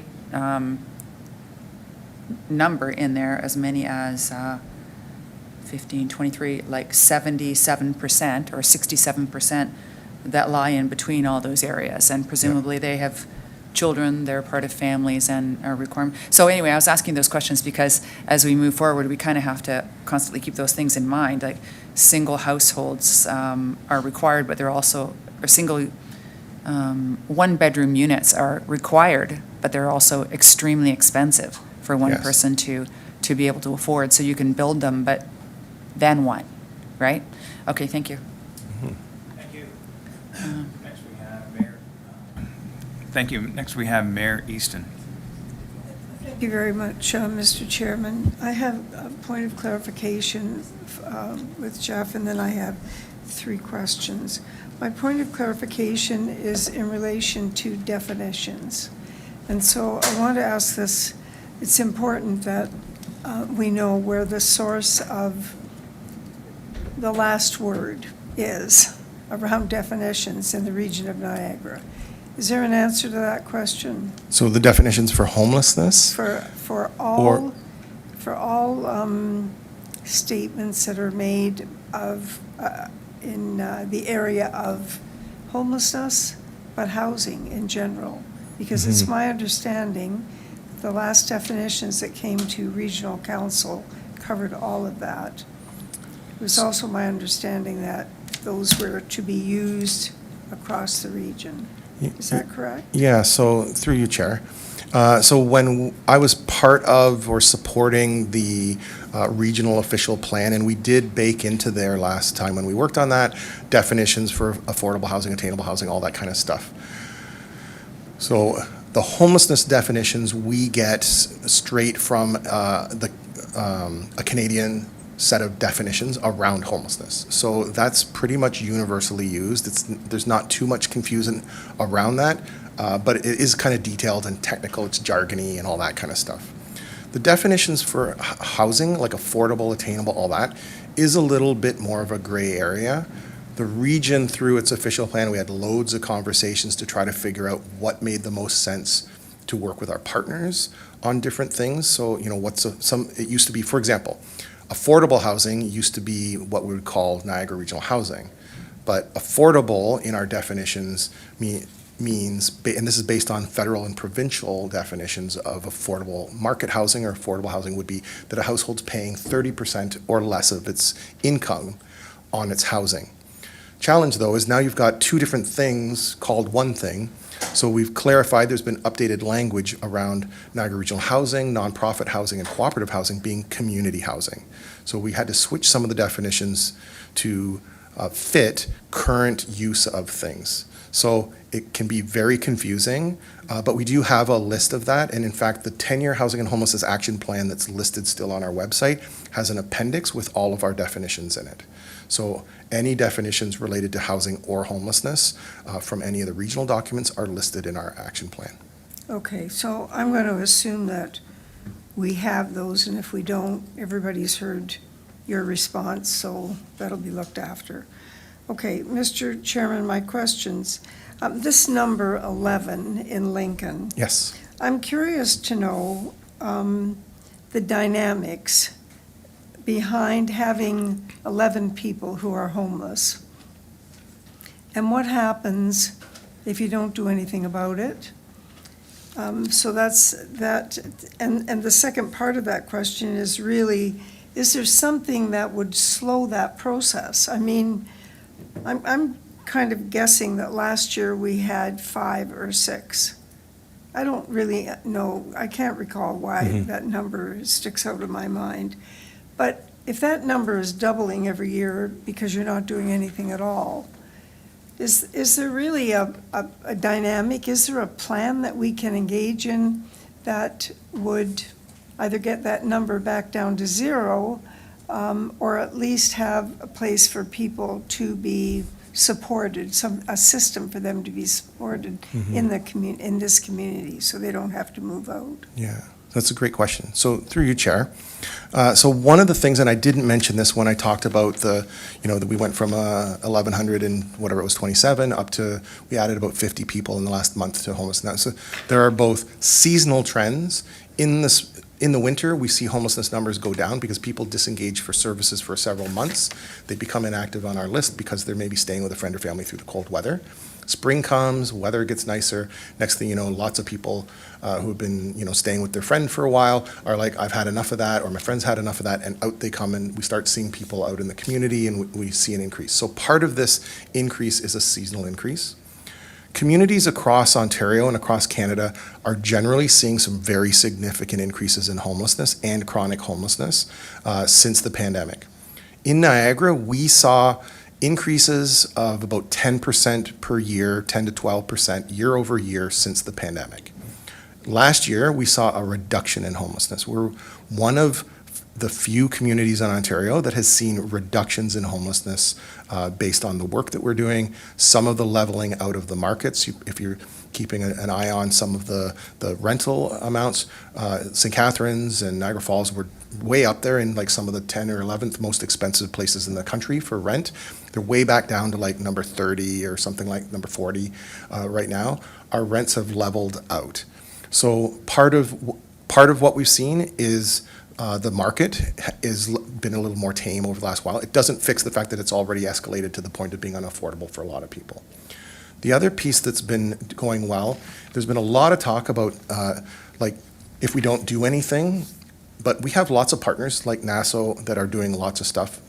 The region went and we got about $4.5 million for just specifically for outreach. We were able to get that in the last year. So we've added outreach members. We had support for over 90 Canada-Ontario housing benefits specifically targeted this winter to people at encampments or to people in shelter to make a space for people from encampments. So there's been loads of really good initiatives that have happened that have kept the numbers from skyrocketing. Some other communities are seeing 30% increases year over year still of the number of people in homeless and are seeing, 600% increases in encampments. So we're nowhere near that. Although we do have this ongoing challenge, and I think the public, it's very clear from the conversation that the public is kind of tired of homelessness and the increase in homelessness. So we are looking at various options. We will be presenting some work at Public Health and Social Services Committee at the region in July about the work we've been doing over the last 2.5 to 3 years, the plans moving forward that we have for a number of things, from shelter to partnerships with health system. Like we've had really, really good success with Reach Niagara. They're in most of our shelters now. They're connected with the outreach team, so there's actually a nurse that goes 1 day a week down into encampment areas to provide primary care, wound care and stuff. There's all sorts of really good stuff going on, and we're seeing an increase in the number of people every month moving to housing and moving to shelter. So there's lots of work going on. Some of the pieces that impact homelessness in Niagara are beyond our control. So stubbornly low social assistance rates is making it really hard for people to get into units in the current market. We're seeing a lot of people, and I've been doing a deep dive with my team, we're seeing more and more people who are trying to get supports, whether it's for aging or it's a lot of healthcare supports, substance treatment, use treatment, and in a lot of cases, what we're seeing is that they're being told no because you're homeless. Once you get housed, then you can apply and get those supports. So one of the key things I think we need to do in this is support people to access those services that they're trying to get. So we do hear that people don't want services, but actually what we're finding, and we do have a very active lived expert advisory that talks about how systems generally are discriminatory towards people who are homeless, and that healthcare in particular is can be very challenging for people to navigate. We have some great work going on with the hospital. So for example, looking at when people are showing up to the emergency room and they have a legitimate reason to be there, but guess what? They've been using substances. They may have used substances even to be comfortable enough to go to the hospital. So how do we look at the interplay of all these different factors? And this is the population, when we say 58% of the people are chronically homeless, this describes the population that we're really struggling to get housed. Best practice in a homelessness model is the Housing First model, which is about not preparing people to be housed. You don't earn your way into housing by getting attached to the right programs or doing the right thing. It's about house the person first, hence Housing First, and then ensure that the various supports someone needs to stay housed and stay healthy are applied. So But some of the cases, what we're seeing is people are so dysregulated, so having so many challenges while they're in shelter or while they're on the street, that there are other things that need to be put in place before they can be well enough to have those conversations about housing. So there's a couple different pieces to this, but I would say that's the big push right now, and we're trying to work with various partners to sort of break down those barriers for people. Okay, so Mr. Chairman, this is very interesting, and the third question that I was going to ask, I'm not going to ask it, but I'm going to ask my third question based on the information that you just gave. So it's a fact that we have 11 people in Lincoln. We don't know whether they're the same people that were, the same 11 that were from last week, but let's just say today we have 11. So we don't have the resources, and we know who to call. We know about 211, and all that has been working. But we really don't know, council doesn't know. Normally, we wouldn't know because it's all private information. But we're trying to be responsible and responsive in terms of this.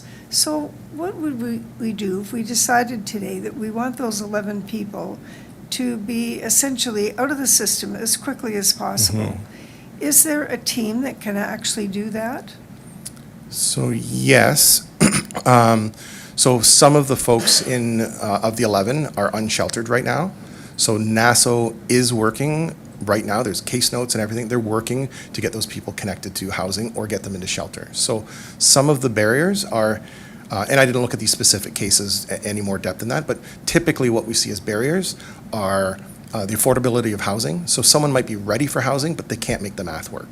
So we're trying to figure out how do we get more rent supports, how do we get more of the Canada-Ontario housing benefits and things like that in order to support people into a sort of permanent housing space. So that's one thing that would be helpful, but NASO for people who are unsheltered is already there.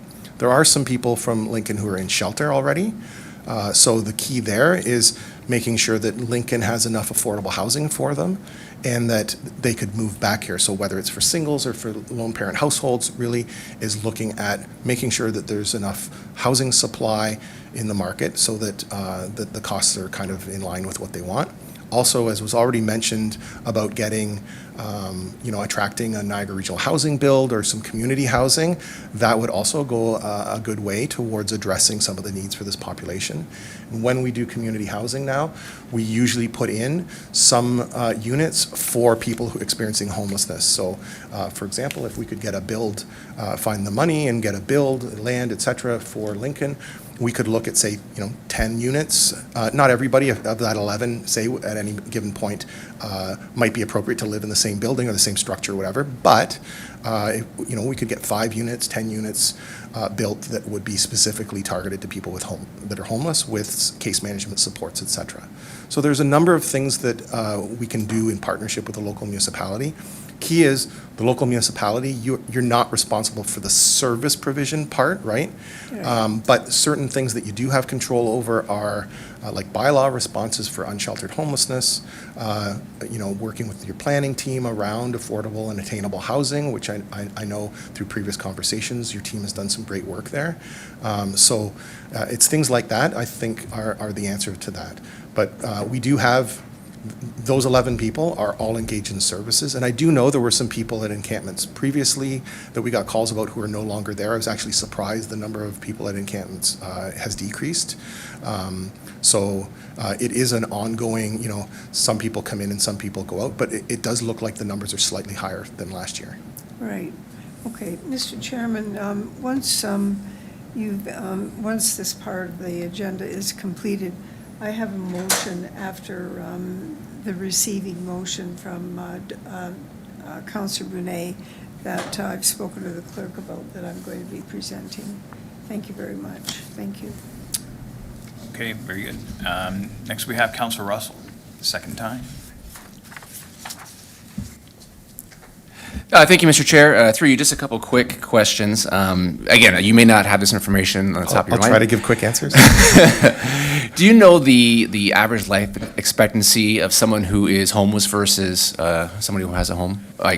Yeah, so we don't have that stat for Niagara, What we do see is that life expectancy is significantly shorter for both men and women experiencing homelessness. And one of the things we've done actually, and I don't know the exact, whether it's 10 years or something, it's around that, I think. But one of the things we do is work with seniors community outreach, and they've actually adjusted their service for people experiencing homelessness down to 55 because people are aging faster when they're homeless and they're not getting the health and other supports, right? So we do know that people age more quickly, have more age-related challenges, and that so we work at an earlier age in order to engage with those types of supports. No, that's great information. And again, I was thinking about like that 10 to 12-year range would be kind of in line. Do you have any idea of, like, over the last few years of how many homeless people in Niagara have passed away? So, no, I don't have that number. I mean, we would have to run that number out of our system, and of course, we don't necessarily provide that or get the information from the coroner's office, so we actually don't know what that means because people do die. So what we have found is that there has been more concern with health issues over like winter periods and stuff than the actual deaths or even the significant illnesses. There's a lot of research on the health challenges or the causes of death of homelessness, again, not in Niagara, but in general. And death from exposure is actually not even in the top 10 reasons people who are homeless pass away. Things like heart failure, complications from diabetes, emphysema. There's all sorts of other things, obviously substance use, overdose. There's all sorts of other things, significant health issues in the top 10 list that are there that do cause people to pass away. But we don't have, we know, who's passed away in our supports because we have to add that to their case file. We may know why or how, particularly if it's substance use and they were in a facility, like we know that. But a lot of times we don't know the cause of death or anything like that. Okay. Thank you, Mr. Chair. Thank you. Next, Councillor Brunet, second time. Thank you, Chair. So a couple things. So you mentioned, coming out of COVID, coming out of the pandemic, increased numbers, and certainly, you don't have to drive very far to see encampments. So from a public awareness standpoint, I'm trying to understand from someone that does this for a living, and we have an important project that's going to be happening on our BDSS site, 16 acres, where we're looking to try to come up with solutions to homelessness and affordable housing, attainable housing, whatever definition you want. So there's a couple things here. So I'm trying to understand, with an increased public awareness, because you just have to drive down the road and see an encampment. We have a local church where we had someone sleep out, in the elements for 4 or 5 days to bring awareness. Awareness is wonderful. In your personal opinion, dealing with this all the time, the stigma that is still attached to this stuff, call it affordable housing, call it homelessness, you can cookie cutter whatever you want. How big of a problem is it for people like you that are trying to find solutions and get people off the street, get people in affordable housing, transitional housing, et cetera, working with people and agencies that are willing to come up with solutions? How big of a problem is the public stigma that is preventing you from doing your job? Yeah, so interesting question. I won't give my personal opinion. I'll give a professional opinion, though, because I spend almost every day in some way dealing with this, and so does my team, and so does regional council, and so we're all talking about this. So typically, and I've had some conversations with our commissioner around this, typically, we're part of Built for Zero, a national movement looking to end homelessness. We're one of about 40 some odd communities now that are all working together on this. Our primary goals for our provincial and federal funding are to support people who are experiencing homelessness and prevent more people from becoming homeless. That's really what our homelessness funding is about. And then, of course, through Built for Zero, we do even more of that, or do it more intensely, because the goal is to end chronic homelessness and veteran homelessness as steps to end all homelessness ideally across Canada. There's two other issues, though, that the community is very, very concerned about, that if we end homelessness and end chronic homelessness, these two other issues go away. But if we just focus on these two other issues without trying to end homelessness, we won't end homelessness. The other two issues are, first, people don't want people to suffer harm due to the cold weather and exposure in the winter. And so there's lots of initiatives and things being proposed all around Canada, all sorts of ideas, some that have evidence to back them, some that don't. But the sense of urgency that we don't want people out in the cold, we need to get them in, so build way more shelters or seasonal shelters and all this kind of stuff. Like I said, more shelters doesn't necessarily end homelessness because you're still homeless when you're in a shelter. But if you end homelessness, you don't have people out in the community when it's cold outside. So trying to balance those two needs is very challenging. The third goal is what you just talked about, which is the public is very concerned about seeing visible homelessness, or in a lot of cases, maybe not so much in Lincoln, but especially in some of the larger municipalities that have, a larger, busier downtown area. St. Catharines is a key one. We see lots of people out on the street. We say, when they're not homeless, we say it's this sort of street community. Now, I'm not aware if you have a street community in Lincoln that is, say, in the downtown area or around, that isn't homeless, but is spending a lot of time, including evenings or nights, out in public spaces. So there's a real pressure to address visible homelessness, but there's not a lot of awareness. So it's almost an assumption from the public that everybody who's out at night in a park or doing a thing, they're all homeless. When we send the NASO team out, we've had cases, this is a little bit of an anomaly, we've had cases where there's 10 people in a park, they go out and engage, and there's one person who's homeless that needs support and 9 people partying. And in some cases, the homeless individuals, like, these individuals are actually taking advantage of me or are harming me or following me around. There's other stuff going on, right? Drug deals and things. But the public doesn't know. They see 10 people in a park, assume they're homeless, they're there for no good reason, and how can we deal with that? So parsing out how do we continue to support homelessness, given that, for example, Homelessness Services is not responsible for addressing partying. That's maybe a policing issue, or like drug deals out, those are policing issues. Mental health breakdowns in public spaces, those are health system issues.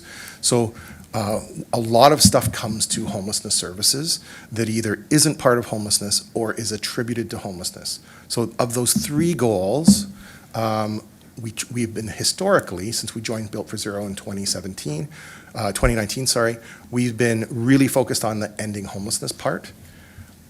More and more, we're looking as well at how do we address the visible homelessness or visible public nuisance and all that kind of stuff that gets tied together, and how do we ensure as much as possible people, whether they're homeless or not, are not out in the winter getting frostbite and hypothermia. So there's 3 things all tied up in here that we're trying to work on.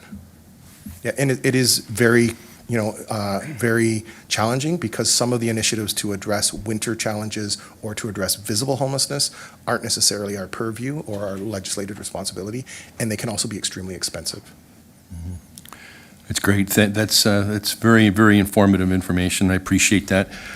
Through you, Chair, I just have another comment I'd like to make. So, quick? This is a pretty important topic. I'll try to make it quick. So through you, Chair, I just thinking about everything we've heard from Naomi and now from Jeffrey, and we had a motion on the table at our last meeting where we went around the table and we ended up deferring a certain motion. I'm just really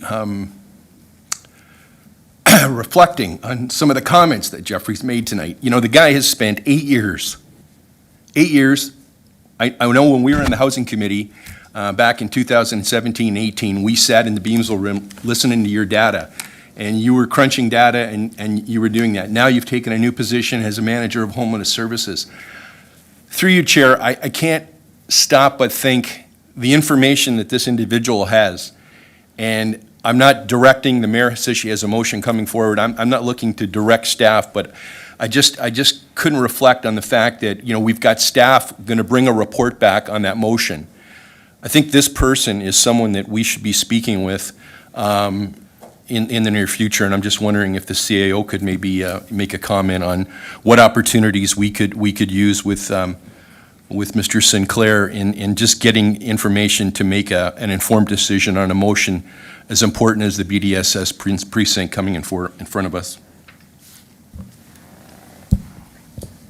Go ahead, Mr. CEO. Through you, Mr. Chair, to Councillor Brunei, members of council, and Jeff. Jeff, I often reach out to you for a lot of information, and you're always willing to provide that information.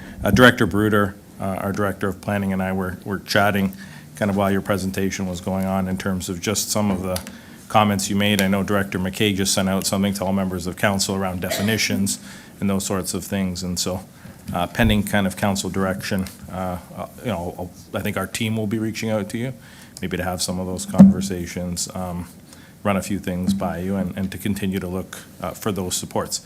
We do have, I think, a very good working relationship with you and your team and the department and the entire region, and so anything we can do around this particular topic of affordable housing, homelessness, and all the, I think, iterations in between all of that, I think would be very helpful. Thank you. Mr. Chair, if I may make one more comment? Go ahead. Just very quickly. Again, given that it's about 11 people, it's 1% of the population that is experiencing homelessness in the whole region is in Lincoln. I'd like to encourage you, because that is a very manageable amount of people to support, right? So definitely, I would welcome any, and so would our commissioner and director and my team would welcome any conversations you would like to have about addressing this and hopefully soon ending homelessness in Lincoln. So, thank you. Thank you, Chair. Okay, thank you. I don't see any further questions. Thank you, Jeff, for attending, for your presentation, and also thank you and your team for all you do. Most of us drive by these encampments. Most of us, we don't take a second look at what's really going on unless it impacts us in our backyard or we have a reason to call bylaw or they inconvenience us. But you and your team, you actually engage with these folks. You try to get them back on your feet, and I'm not sure what sort of an emotional toll that takes on you or your team, but on behalf of myself, and I'm sure council, sincere thank you for all that you and your team do, day in and day out. Thank you very much, Chair. You're welcome. There being no further delegations, I have a motion moved by Councillor Brunei that committee receive and file for information the following delegations: Naomi O'Brien, Respite Service Manager, Seniors Community Programs, Community Services, Niagara Region, and Jeff Sinclair, Manager of Homelessness Services, Community Services, Niagara Region. I will now ask our Legislative Committee Coordinator to open up the vote. Thank you, Chair. That vote is now open.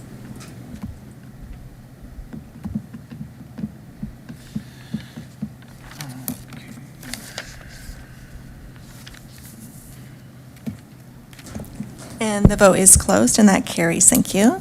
Perfect. Mary Easton, you mentioned you had a motion that you want to present? Okay.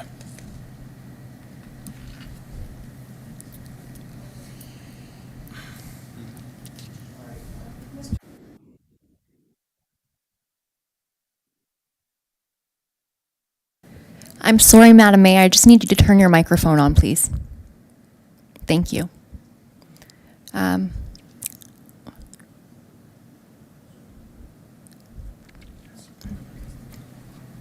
want to cue in? Madam Mayor, go back. Perfect. That's great. Thank Okay. you. All right, good. Thank you very much, Mr. Chairman. So I just want to make sure that we're all on the same page. It sounds like this isn't anything magical that's happening here. We could essentially accept the fact that the staff are have an initiative where they're consulting with the region and that they have been for some time. We do have a motion that's pending, and so I wrote this motion, if the clerk could just put it up again, just to reinforce that. It is a direction, but I just want to make it clear that the direction, the word direction may be a moot point. So the motion is that committee directs staff to further discuss the deferral of the Affordable Housing Notice of Motion and its implications with Jeff Sinclair, Niagara Region, and that staff report back on these discussions when the notice of motion is presented again. So I'm hoping that I've captured my own thoughts as well as other comments that have been made. But please, with the caveat that we know that staff are having these discussions. I only wanted to formalize this because we have a motion on the table, and when it comes back, we want to make sure that the report is wrapping around it. So that's what I'm putting on the table at this time, and I don't need a motion or a seconder, but we certainly do need to have a vote taken.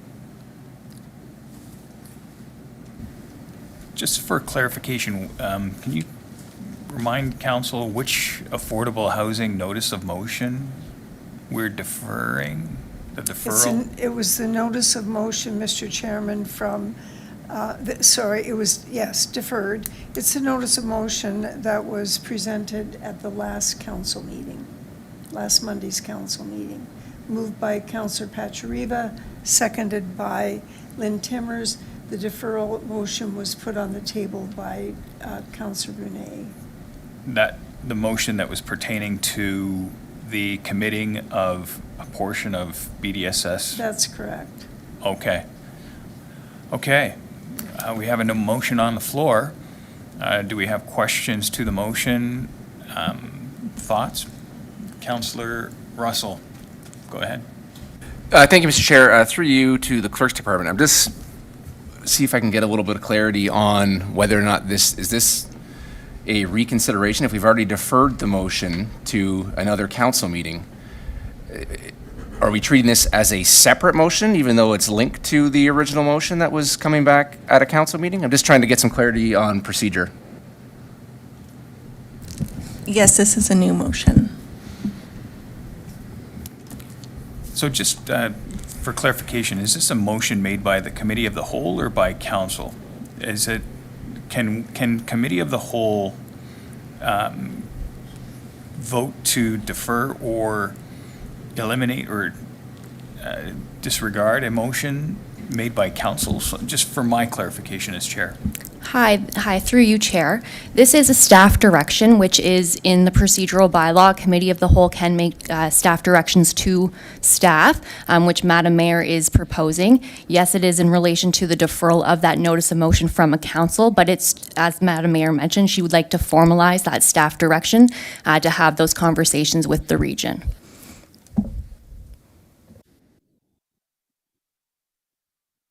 Your microphone, please. Thank you. Sorry about that. Next, we have Councillor Russell, you're good? Thank you.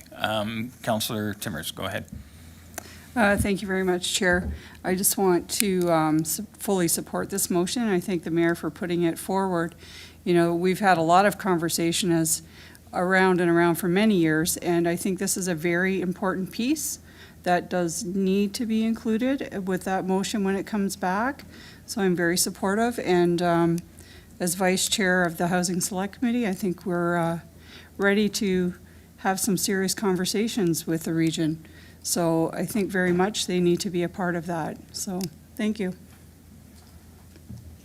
You're welcome.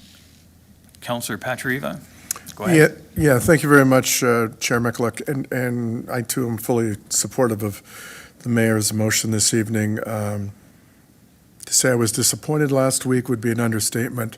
But if it took Mr. Sinclair coming and bringing the stark numbers, and Jeff, if we can do something here that removes the 11 people that are homeless in our community, then that's the right thing to do. And thank you for coming this evening. Thank you for shedding a new light. Thank you for being the voice of reason. looking forward to that report coming back and finally putting this item to bed. So appreciate it. Thank you, Chair. Thank you. Okay, so no further questions to that motion. Do we want to put the motion back on the screen and have folks, councilors, vote on that? Thank you, Everyone's Chair. ready? The vote is now open.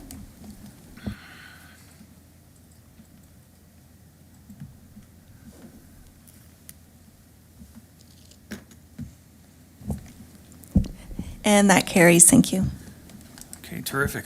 Well, we got there in a roundabout way. It took us a while, but we did get there, Councillor Patry and Councillor Timmers. So just quickly, it's not necessarily on the agenda, but we talked about the seniors, we talked about parks. It's June is a busy month, we all know. It's Parks and Recs month, it's Seniors Month, it's Pride Month, it's Indigenous History Month, and it's even Migraine and Headache Awareness Month. But our Director McKay handed out some information with regards to some time-sensitive programs that are available. And if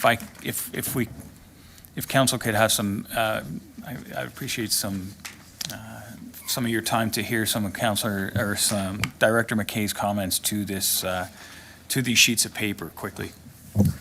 Thank you, Chair. I just wanted to remind council and the public who are watching and listening this evening that the Senior Showcase is taking place this Wednesday, June 4th, from 10 a.m. to noon at the Fleming Center. The event is free, so we do encourage everyone to come out. Lots of vendors and organizations promoting services for older adults will be in attendance, including staff from the region. And our AFG pool here in Beamsville opens this Saturday.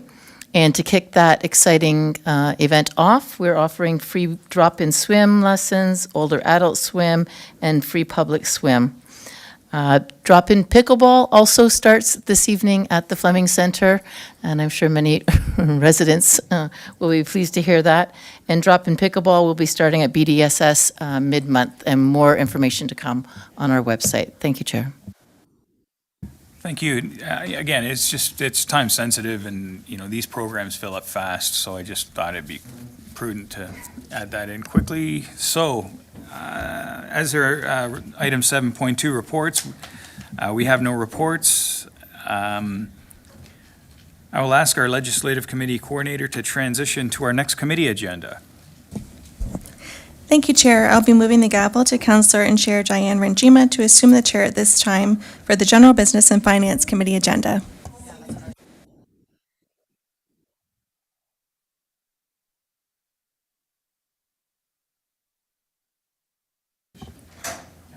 Okay, I'm just going to say we should all have a 5-minute break, and so come back at 7:08.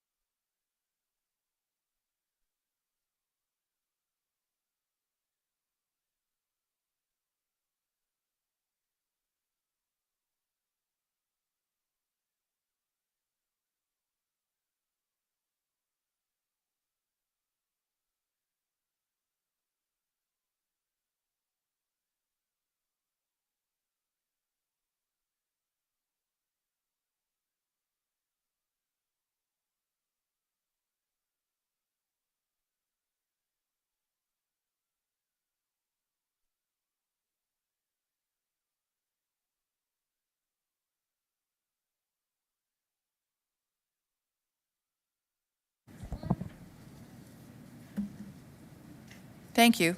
We will now begin the general business and finance agenda. We have no delegations this evening for the general business and finance committee agenda. We will now consider item 8.2.1, the 2025 asset management update. The Chief Administrative Officer and Manager of Finance/Deputy Treasurer will now provide a presentation. CAO Kirkopoulos and Ms. Hannah, please go ahead. Thank you, Madam Chair, and through you to all members of council. Kate and I are here to take you through our corporate asset management plan. Obviously, I am not Charlotte Tunakaitis. Kate here is our acting treasurer. She's going to take you through all the technical stuff. I'm going to speak a little bit to why we do asset management plans and those sorts of things. And then we will get to the crux of this and, of course, answer any questions council may have. So what are we discussing today, and why are we here talking to you about our corporate asset management plan? Obviously, first and foremost, it is a tool that ensures regulatory compliance. You'll hear us talk about some of the timelines, some of the regulatory elements that are important. It is a tool. You've often heard us say when we're in front of you, these things are tools. They help support informed decision-making, strengthen collaboration between council and staff, and ensure strategic and transparent infrastructure planning. The AMP outlines the state of core infrastructure, things like roads, bridges, water, wastewater, and stormwater, while also looking at life cycle costs, service level, risks, and importantly, funding needs. It guides investment decisions and aligns with the town's strategic plan and financial priorities. As I said, it's a tool. It's an important tool, and it's a mandatory tool that we need to have, especially as we go apply to senior levels of government for funding. As we finalize the AMP, staff will continue to work with members of council to ensure it reflects our priorities, our service expectations, and long-term resilience. So this slide really highlights what we're going to speak to you today, a lot of the things that I mentioned, and then we'll talk next steps and take some questions at the end.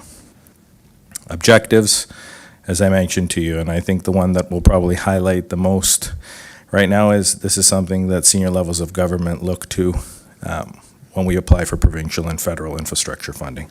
They want to know the state of our infrastructure. They want to know how we rate compared to others, and those are key important decisions. So why asset management matters. Good asset management supports, as I said, long-term financial sustainability, ensures reliable service delivery, guides responsible investment, and aligns with our priorities. Here's a bit of an overview that highlights the key roles played here, shows where council, our corporate leadership team, and the asset management committee sits, who our corporate champion is, and that's our director of finance, and all the representatives that made up our asset management committee.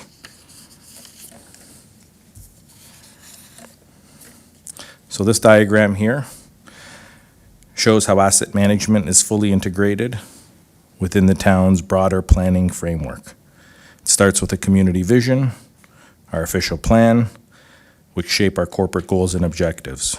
From there, we developed an asset management policy that guided all of our decisions. The core documents included an asset management strategy and corporate service area assessment and asset management plans.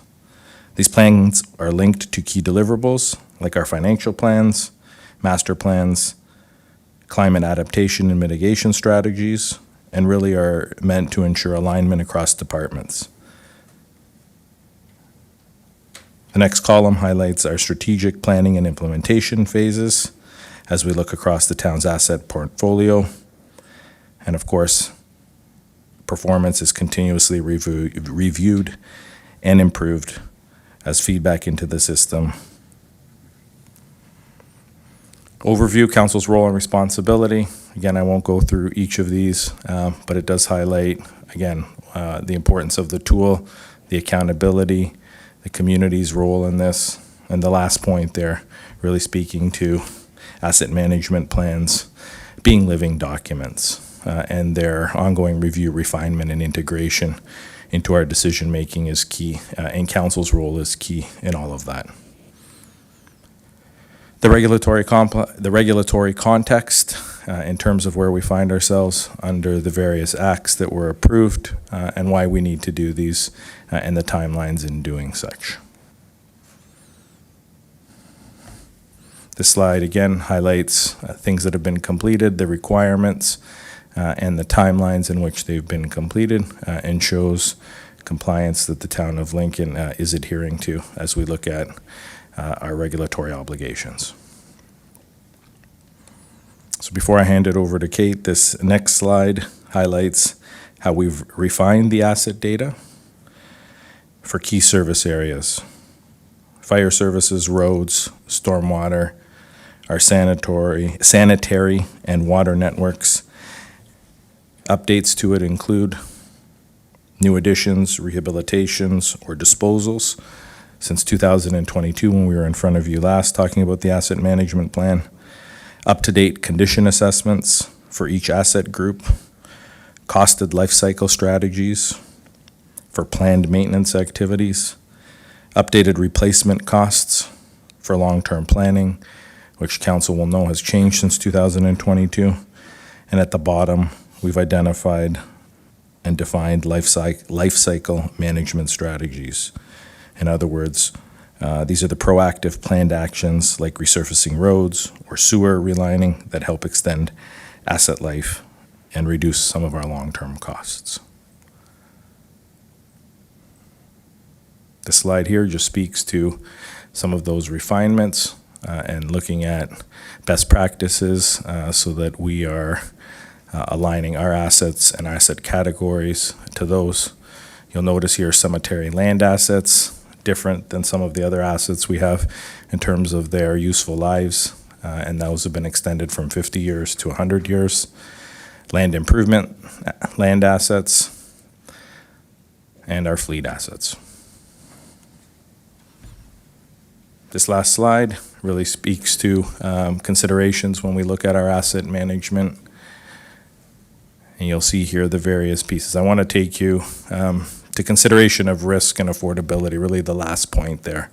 I think I've touched on things like grants and the importance of that when we look at our forecasts and funding options. Today you're going to hear a staff recommendation, but I think the important piece in that recommendation, and again I'll highlight this as a tool, the important piece in that recommendation is that we have options. We aren't different than a lot of other municipalities, not only in the province of Ontario, but I would suggest across the country when we look at the fact that there is an annual funding gap. There is a deficit that municipalities have. There is a infrastructure gap that reflects across this province, as I said, and across the country. The fact that we have aging infrastructure, the fact that we can't invest as much as we would like to. There's inflationary pressures, and the fact that we need to look at service level targets. I've highlighted there some funding options that municipalities always look at, whether they be capital levy, whether they be our reserves. Of course, when we talk water and wastewater, user rates, debt financing where appropriate, grants, as I've mentioned to you. If I think about OSIF, ISIP, the Green Fund, etc., and of course, development charges, which are growth related. Going to the last point, the consideration of risk, affordability, and timing. I think these are important points that I want to leave council with before we go to the technical pieces of the presentation. Affordability, balancing the needed investment, and you're going to hear a lot more about that, with taxpayer and ratepayer impacts. Obviously something we need to consider, we need to be aware of, and any recommendation each and every year when we look at our budget will be based on that. Risk, we're always trying to assess risk, minimize risk, and look at risk, and part of that is prioritizing what infrastructure is needed when in order to reduce service disruption and safety issues. Oftentimes, when we're in front of you on budget, we're often talking about what are those health and safety needs, what are those mandated needs, and then what are the nice-to-haves, so to speak. This is a more formalized approach to that. Timing, where we can, phased investments, and we look to do that based on asset condition, coordination, and available funding. You know, when we think about facilities or other things, timing and phased investments are approaches that we can take. And of course, climate adaptation, some works that we're continuing to build on there. And so we have resilience in our renewal plans.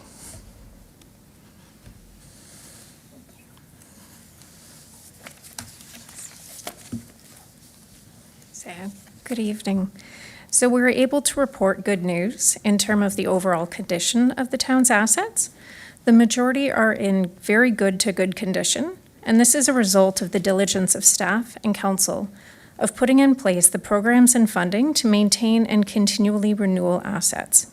By maintaining assets at a higher condition level, there are less emergency repairs and need for more expensive full replacement earlier in useful lives, and also lengthens the lifespan of town assets to allow for the most efficient use of town funds.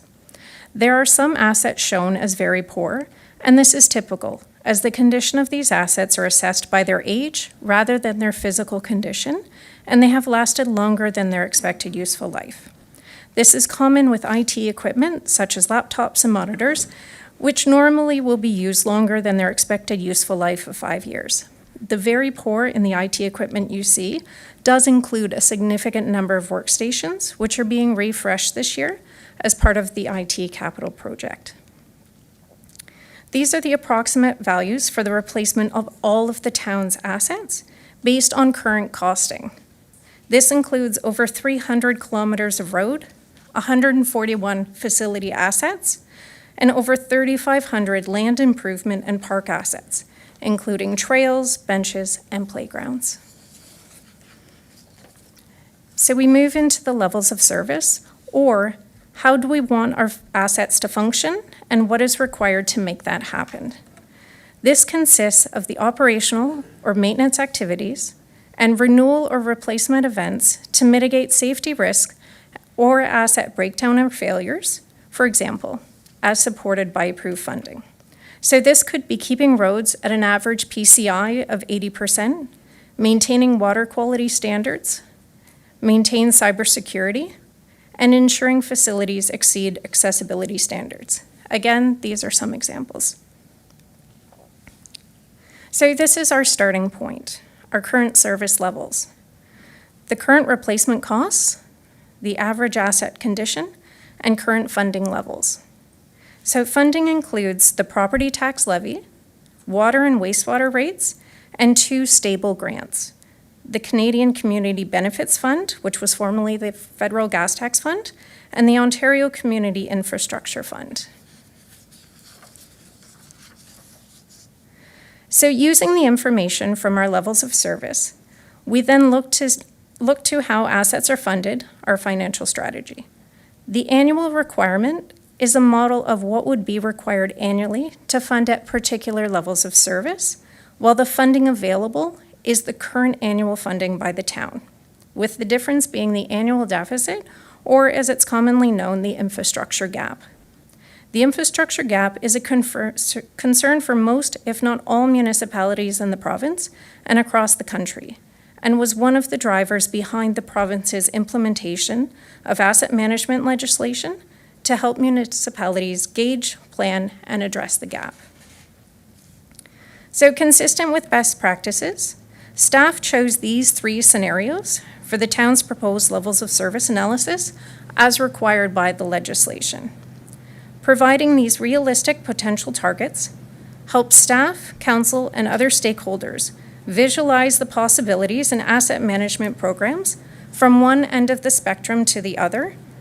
Again, these are just suggestions and subject to council, budget, timing, service, and other scenarios and circumstances. As the CAO has said in his opening, this document is a tool. So this is our baseline scenario.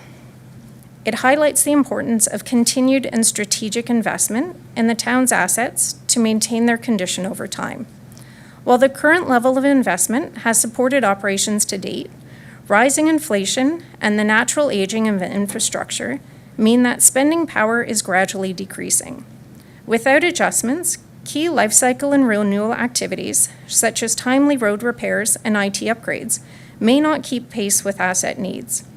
Given the diverse and complex nature of the town's asset inventory, the effects of underinvestment may emerge gradually from a few years to several decades, underscoring the value of proactive planning today to ensure long-term service quality and reliability. In the second scenario, by increasing the annual financial contribution, the projected average condition of assets is maintained at their current condition. The funding allows for enough preventative maintenance and renewal events to keep assets functioning at a fair to good condition and reduce the risk of breakdowns and failures. And in the last scenario, we see a smaller incremental increase in the annual financial contribution, but a significant increase in the projected average condition of all assets to good for all categories. Life cycle activities and renewal events are carried out to maximize the functioning of the assets over their lifespans and makes most efficient use of town funds. As well, the risk of breakdowns and failures and unplanned expenditures are minimized. So staff recommends the third scenario, life cycle for tax levy supported assets, as the 15-year full funding target approximate the current 3% annual increase already approved in the 2025 budget. Council has been conscientious and prudent by previously supporting the growth of the town's infrastructure levy and by continuing to invest in the levy asset program. A plan will be in place to target assets in average good condition, to minimize risk of failure, and most efficiently use funds. We do, however, understand that this may not be feasible every year, and once again, this is information intended to be a tool for council. And similarly, staff recommend the third scenario, life cycle, based on a 20-year full funding for rate-supported assets, as this aligns with the current annual infrastructure increase in the rates budget. The 1.2% average annual increase for both water and wastewater assets is also supported by the Water and Wastewater Financial Plan adopted last year.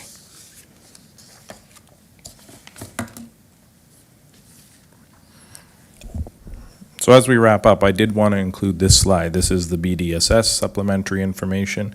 When we started the asset management plan, it was not included.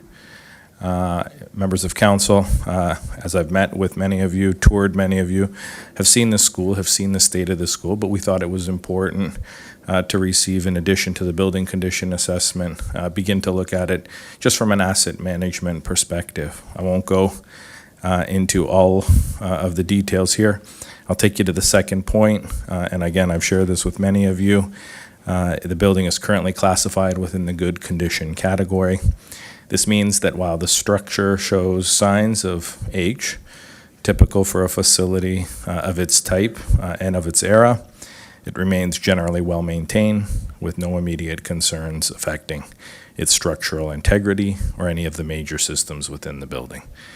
Key points of the assessment included, as I said, the structural elements, things like foundations, walls, and framing, and as I said, they're sound with no critical deficiencies. Mechanical, electrical, and HVAC systems are functioning adequately, though some components, as we look at end of life within the next 10 years, need to be reevaluated and measured at that particular point in time. The interior finishes, albeit aged, and some of the accessibility elements are largely intact and compliant, though again, depending on use moving forward, some modernization may be needed. And as is the case with any facility of this size, that's almost 200,000 square feet. If we were to look at a total replacement value, having to demolish the whole thing and rebuild something of that size, you're probably looking at something in the $44 million range. I highlight this is strictly an FYI. We're not building a $200,000 facility. Or a 200,000 square foot facility, and I'm not coming to you at any particular point in time asking you for $44 million. But I did think it was important to include this information so council was aware. So next steps, we are going to continue to look at the data. If we don't have good data, we don't have good measurement, we can't make good decisions. So we're going to continue to refine that inventory, continued alignment with our operations, and ongoing collaboration with departments and the community. We're going to continue alignment with life cycles, condition assessment regularly reviewed, continued updates and refinements, as this is a living document. You'll see the column on the right-hand side talks about an annual review, which again, these are things that we're mandated to look at. So what is our implementation progress? How are we supporting future updates, climate, growth, equity, things that are changing in the legislation on a regular basis?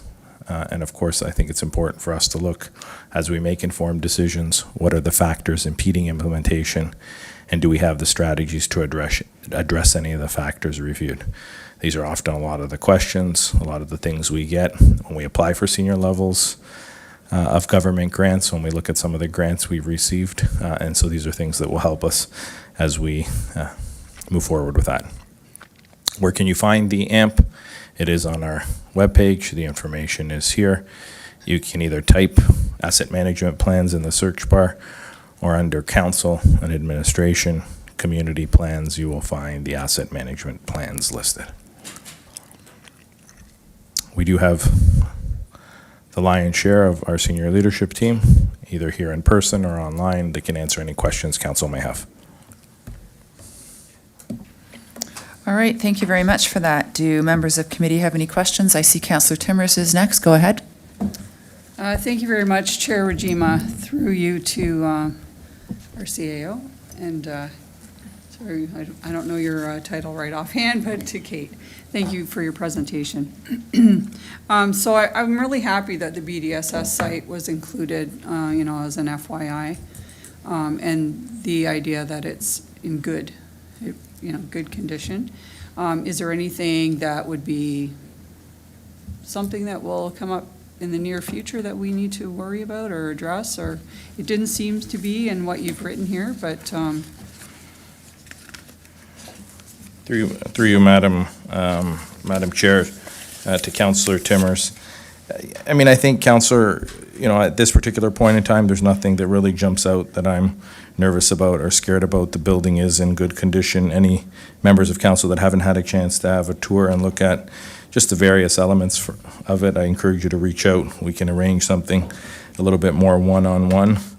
I think when we talk about some of the things there that, albeit small, it's the interior finishes and some of those kind of accessibility elements as we start to explore parts of the building that we're seeing. I know when we were looking at summer camps and the programming that's going on right now, as well as the gym space that's happening, wanting to make sure that the bathrooms work and that there's toilet paper holders and those sorts of things that are some of the basic things that often we take for granted. Making sure the AED devices work and the fire extinguishers work.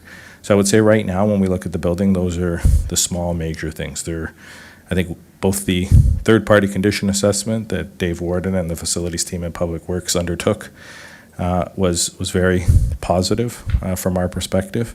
And again, walking the building as many times as we have, seeing some of the rooms in a different way for the first time. The building is in very good condition, so nothing that jumps out right now. But of course, as we get users in there, as we get folks operating the building in different ways than maybe we are in terms of how we're walking through it, we'll probably start to see a little bit of those things. no, that's very good news. And I know we did have a tour, and it is a lot to absorb. I went one time. I know if you went more than once, you would obviously see more detail, but that's very good news. I'm glad to hear that. And I pulled this from the report. So to maintain our assets, our annual spend required is $25.9 million. Currently, we're spending $17.65 million per year. So our total annual deficit is $17.66 million. And I took that from page 52. So I think you kind of touched on this already, but I just need to hear for myself and for the rest of council. What are our strategies to address that? That's a huge deficit, and it's worrisome to me. And if you could just maybe, big picture, what's our strategy on how we're going to deal with that? So I'll let Kate start with that. I do have Perfect. an answer for you as well, but it's probably not as technical Okay, thank you. as Kate's. That's for you. So part of the asset management plan financial strategy is to build the capacity. And by having the annual average increases at 3%, over that 15-year time period, we would start to build the capacity for the operating, the maintenance, and also building for replenishing through the capital projects. So that's typically what we see in the asset management plan is how do we build up the reserves and the capacity to pay for these renewal events. On the operating, maintenance, and capital sides is making the decisions that we might have 15 roads that need to be done, but which ones need the work now? Which ones can we do hot mix fill and choose strategies to get most of the assets to that good condition with the money that we have. At the same time, planning for the future works that road would need in order to bring it up to the right condition. So it's a lot of coordination between the Works Department and the Finance Department, planning to make sure that we're all on the same page and that we are using our resources effectively as possible. But the 3% per year, you'll see that there is, which slide is it? On slides 22 and 23, you'll see that a range was given to reach these targets based on the scenarios we've chosen. So let's say, for instance, 3% or 2.8 isn't feasible, given market conditions. We could look at 2%. Reduce the annual increase until economic conditions are better, and then we can look at bumping it back up again. So that's where this is a tool, and we'll be bringing back updated AMPs, most likely with budget every year, so you can see the progress that we're making. How much closer are we getting to close that gap, and any mitigating factors that have come in place.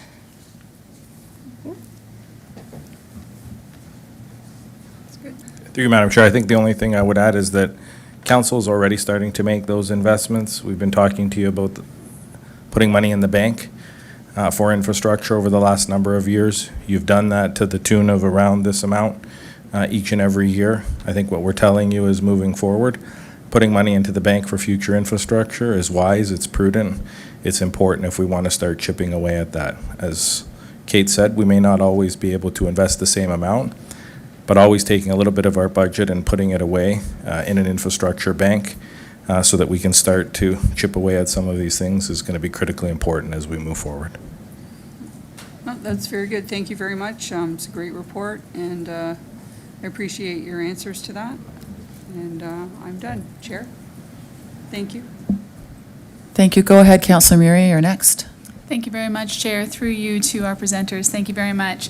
I'm hoping to get just a little bit of clarity on some of the timeframes that we're looking at. I do recognize that the slides that you're showing for 20 and 21 are dependent on slides 22 and 23 in terms of what percentage we're willing to invest each year to get us to that mark. So I recognize that if I want to get to good, I'm going to have to send a certain percentage over a set number of years in order to achieve that. But I'm a little bit confused if I want to look at slide 19, which is the current projection if we kept the funding that we currently have. I don't understand the time frame for this. So I'm wondering if I keep the exact same funding today, which nobody's suggesting that we do, how long does it take me to go from good to very poor, as presented here? Through you. It depends, and this is what makes this type of planning very complex. So the life cycles of all of the different types of assets that the town has will depreciate at different rates. So IT, for instance, you have a laptop, it may take only 5 to 7 years for it to reach the end of its useful life. Sanitary sewers might be 70, 80. So that's where, unfortunately, we can't give you, it's going to take for bridges and culverts, 15 years to get here, because all of the bridges are at different stages to start with. So we might have some bridges at good, some at poor right now, some at very poor. And then the amount of time it takes to degrade to that. And environmental factors come into play, especially for the roads assets, storm even, if we get more high volume storm events, it's possible they will deteriorate faster. So unfortunately, I can't give you a definitive answer other than we are tracking it to see how the deterioration, if it is quickening on things, if it's slowing down, and what things we are doing to prevent that deterioration, like the hot patching, those sorts of things. Because we may find that new technology comes out that gives us a longer lifespan for our assets. I'm hoping that's helpful. Not Yes, quite but what I no. was looking for, so I'm going to try and rephrase what I'm asking. You created a slide here that tells me that if I spend $209,000 on bridges and culverts, I'm going to move from good to very poor. For land and improvement, I'm going to go from good to poor if I keep this current. So some math, I believe, must have been done to come to a percentage of 18% spending this much money over a certain time frame. So this projected average condition, is that a specific time frame? Like, did you guys say, okay, if we spend exactly the same as what we're currently spending, in 5 years, we're going to be at very poor, in 10 years, we're going to be at very poor? I recognize what you're saying is that they're all going to deteriorate differently. Yes. But the numbers provided here, what was the time frame assumed for those? So I will have to reach out to our consultants to find out what the modeling was that they used for that. Fair enough, thank you. welcome. So another question, if I could, please, Chair? Yes, go ahead. So then, I wanted to just take a quick look at slide number 13 as well, which is our color-coded one, which is really interesting to look at too. And I do recognize, or at least I'm assuming, so maybe if you can just confirm for me, that when you say that something is poor or very poor, so if I say bridges and culverts are currently good, I think that's what they were, that is a combination of some of them are very good, some of them are good, and some of them are very poor, right? So that combination brings me to that overall we're at this level.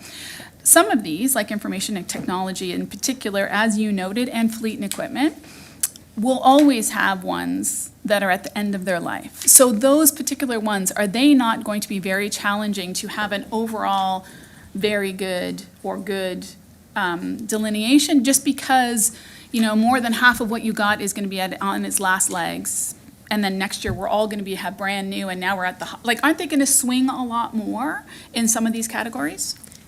That is quite possible, yes. We can also look at assessing condition differently for those types of assets. So currently, IT is assessed based on age. So we could go to actual condition assessment, in which case we wouldn't have those wide swings. We would have a more gradual swing. And based on a 5-year replacement of, let's say, the monitors and the workstations, we probably would go from very good to fair and stay within that range for those particular assets. Fleet, we may be able to get to that point. We are assessing them based on actual condition, but the economic realities. We can't continually renew our fleet to keep them all in good condition, but there are things that we can do to keep them in the fair. So to your point, it is going to be an average, and those particular assets, their replacement costs are a little bit lower. And when we look at the assets of the town as a whole. Thank you. That makes good sense. So then, when we look at slide 21, where the projected average condition, again, depending on how much we're willing to spend over a certain amount of time frame, are all good. Yes. Is good the sweet spot? Is good where we want to be? Or is some of these, like maybe water, I always want it to be very good for water. And, I'm not sure what I would say is not so maybe my land improvement in parks. You know what? Maybe the Yes. benches in the parks are not nearly the same kind of priority that I'm looking at. So is good our sweet spot, or is there not some things that, I really want my water to be at very good always? And that is the decision of council with input from staff. Where do we need to be to get in that spot? And what would the assets be like in that condition? So for instance, for the land improvements, if you're okay with the trails, having asphalt or grass coming through in a few spots and that being equivalent to a fair condition, maybe that's what we go with. But for the water and wastewater, we stay at very high because we want to ensure the water quality systems. So that's why this, our projected scenarios at this point, and that's why we were using best practices for this iteration, because it gives you that spread. It gives you where we are to, this is the top of the line. We used good as a condition. We could have used very good, but that would have pushed the annual contribution out further and given everybody a little more of a heart attack. So we chose good. But yes, we can look to each of the service areas and what's appropriate. And even within those service areas, you have all the different assets that make up that service area, and maybe water laterals you want at very good. And maybe water meters, it's okay to be in fair condition. So there's a lot of information and a lot of decisions to be made moving forward. So when we come to budget and we're talking budget dollars, when we're literally saying, how much do I have to spend for my roads to be in good condition? At that point, will we be given the opportunity to parse it out a little bit more in depth, to say, I want parks at this level, I want water at this, maybe the other way around, water at this level, parks at this level? Will that discretionary changes, are we going to have an opportunity to have those discussions, or is it going to be overall we want it to be at the good level, or again perhaps very good? I'm wondering, I guess, as part of the budget process, how much in detail we'll have an opportunity to go. I don't think I've ever been asked this question. So through you, Madam Chair, why don't I take a stab at it? I think that's where we'd like to get to, Councillor. I think the maturation as an organization in terms of where we're at, I can tell you 10 years ago, we weren't even assessing our equipment in a lot of cases. That's been something that this council supported. It is about looking at what we can afford, and I think every year that conversation is going to be slightly different. When we look at where we are at, when we look at the economy, if you asked me 3 years ago, is 3% appropriate? That's probably a different question than if you asked me, especially considering the conversation we had earlier in the evening. Is 3% just for capital something that I think is affordable? My answer may have changed. It may not. It depends on when we get to the budget process. But I think our goal is to be able to share that type of information with members of council to say, we're okay if we fall to fair. I would say we're doing that intuitively now. We do that with IT equipment, but we do that with all sorts of equipment. We look, can we keep it a few more years? It's conversations that as a CLT, Director Graham and I are having, Chief Hudson and I are having, Julie and I are having as it relates to IT. And so these are things that I think are going to continue to be the types of conversations we come forward with, understanding from members of council, from the mayor, from the community, what are your expectations in terms of both budget, but what are your expectations, and that's why you heard us talk about service levels. Are you okay with certain things? I think to Kate's point, maybe not being a 9 out of 10, but are we okay with a 7 out of 10? And I know you and I have had these types of conversations.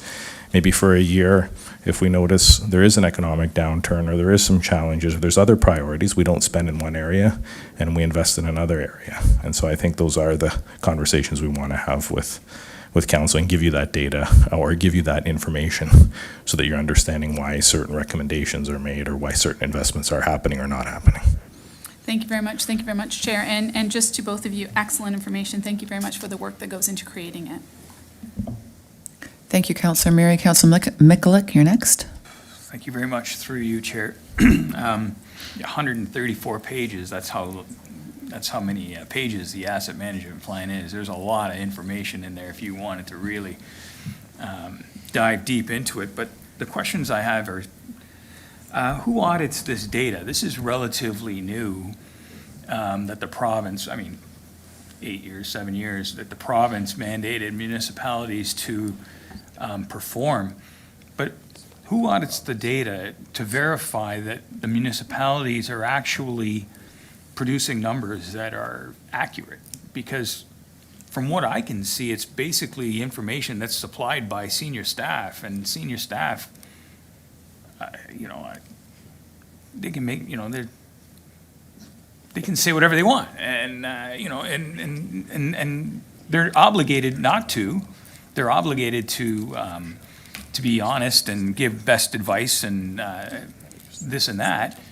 But at the same time, because this is all new, and then even if I cocktail the strong mayor's power and a mayor leans on the director of public works and say, hey, are you sure the roads are that bad? I thought they were better than that, I'm just trying to get an idea of who audits the data. So through you, Madam Chair, to the council, I'm going to let Kate start, and then I will maybe have some comments after that. So on a yearly basis, we do have our asset database for financial statement purposes audited.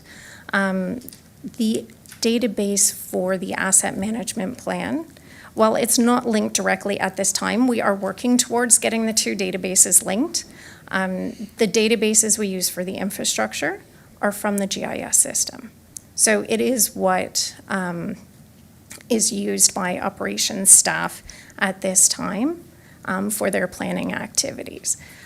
So it is based on hard-coded data.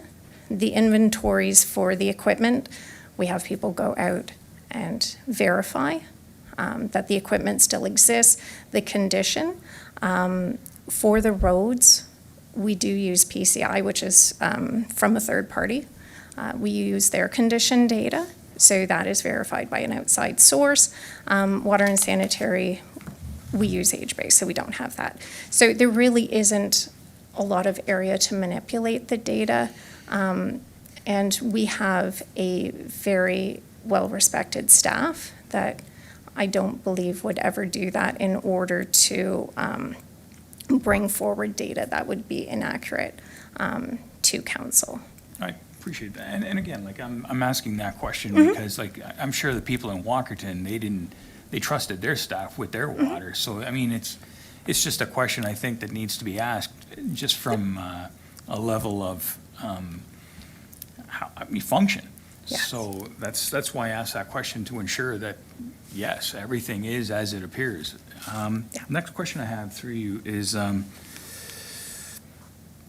provisions for unexpected situations, like there's some significant assets that cost, that could cost a large amount of money that could throw a wrench into a financial plan. What sort of provisions do we, similar to a condo corp or something like that, a swimming pool springs a leak, this could cost a fortune unexpectedly. What sort of provisions do we have with flexibility or variance to our asset management plan as far as valuations, plus or minus? Yeah, sorry. Through you, Madam Chair, to the councillor. I think, councillor, that's where we look at the various reserves we have at different times. I think about, we get a storm and a roof blows off, and we have to do those sorts of repairs. Those are things that we look at. Obviously, our infrastructure reserve fund, I talked to you about putting money in the bank. Those are things that we would like to have money in the bank for. Those are the types of things that, we can't totally quantify what may happen or may not happen, but we are aware that there are storms, there are things that are unexpected, there are things that can inevitably happen. We looked at some of those things when we had some of the storms. There are government programs, so the province of Ontario, when we look at certain disasters, but if it doesn't reach that threshold, I think about certain things like the recent storm we had that generated some issues both with regional infrastructure and local infrastructure. It didn't hit that category in terms of expenditure or damage that would have quantified an amount of money to allow us to apply for a disaster mitigation funding from the province of Ontario. However, those are things where we're going to look at our own reserves, our own project budgets to make sure we can address them. And so it's something that we plan for, we just don't know the amount. So every little incremental amount we can put away does help us prevent those rainy day issues that inevitably creep up.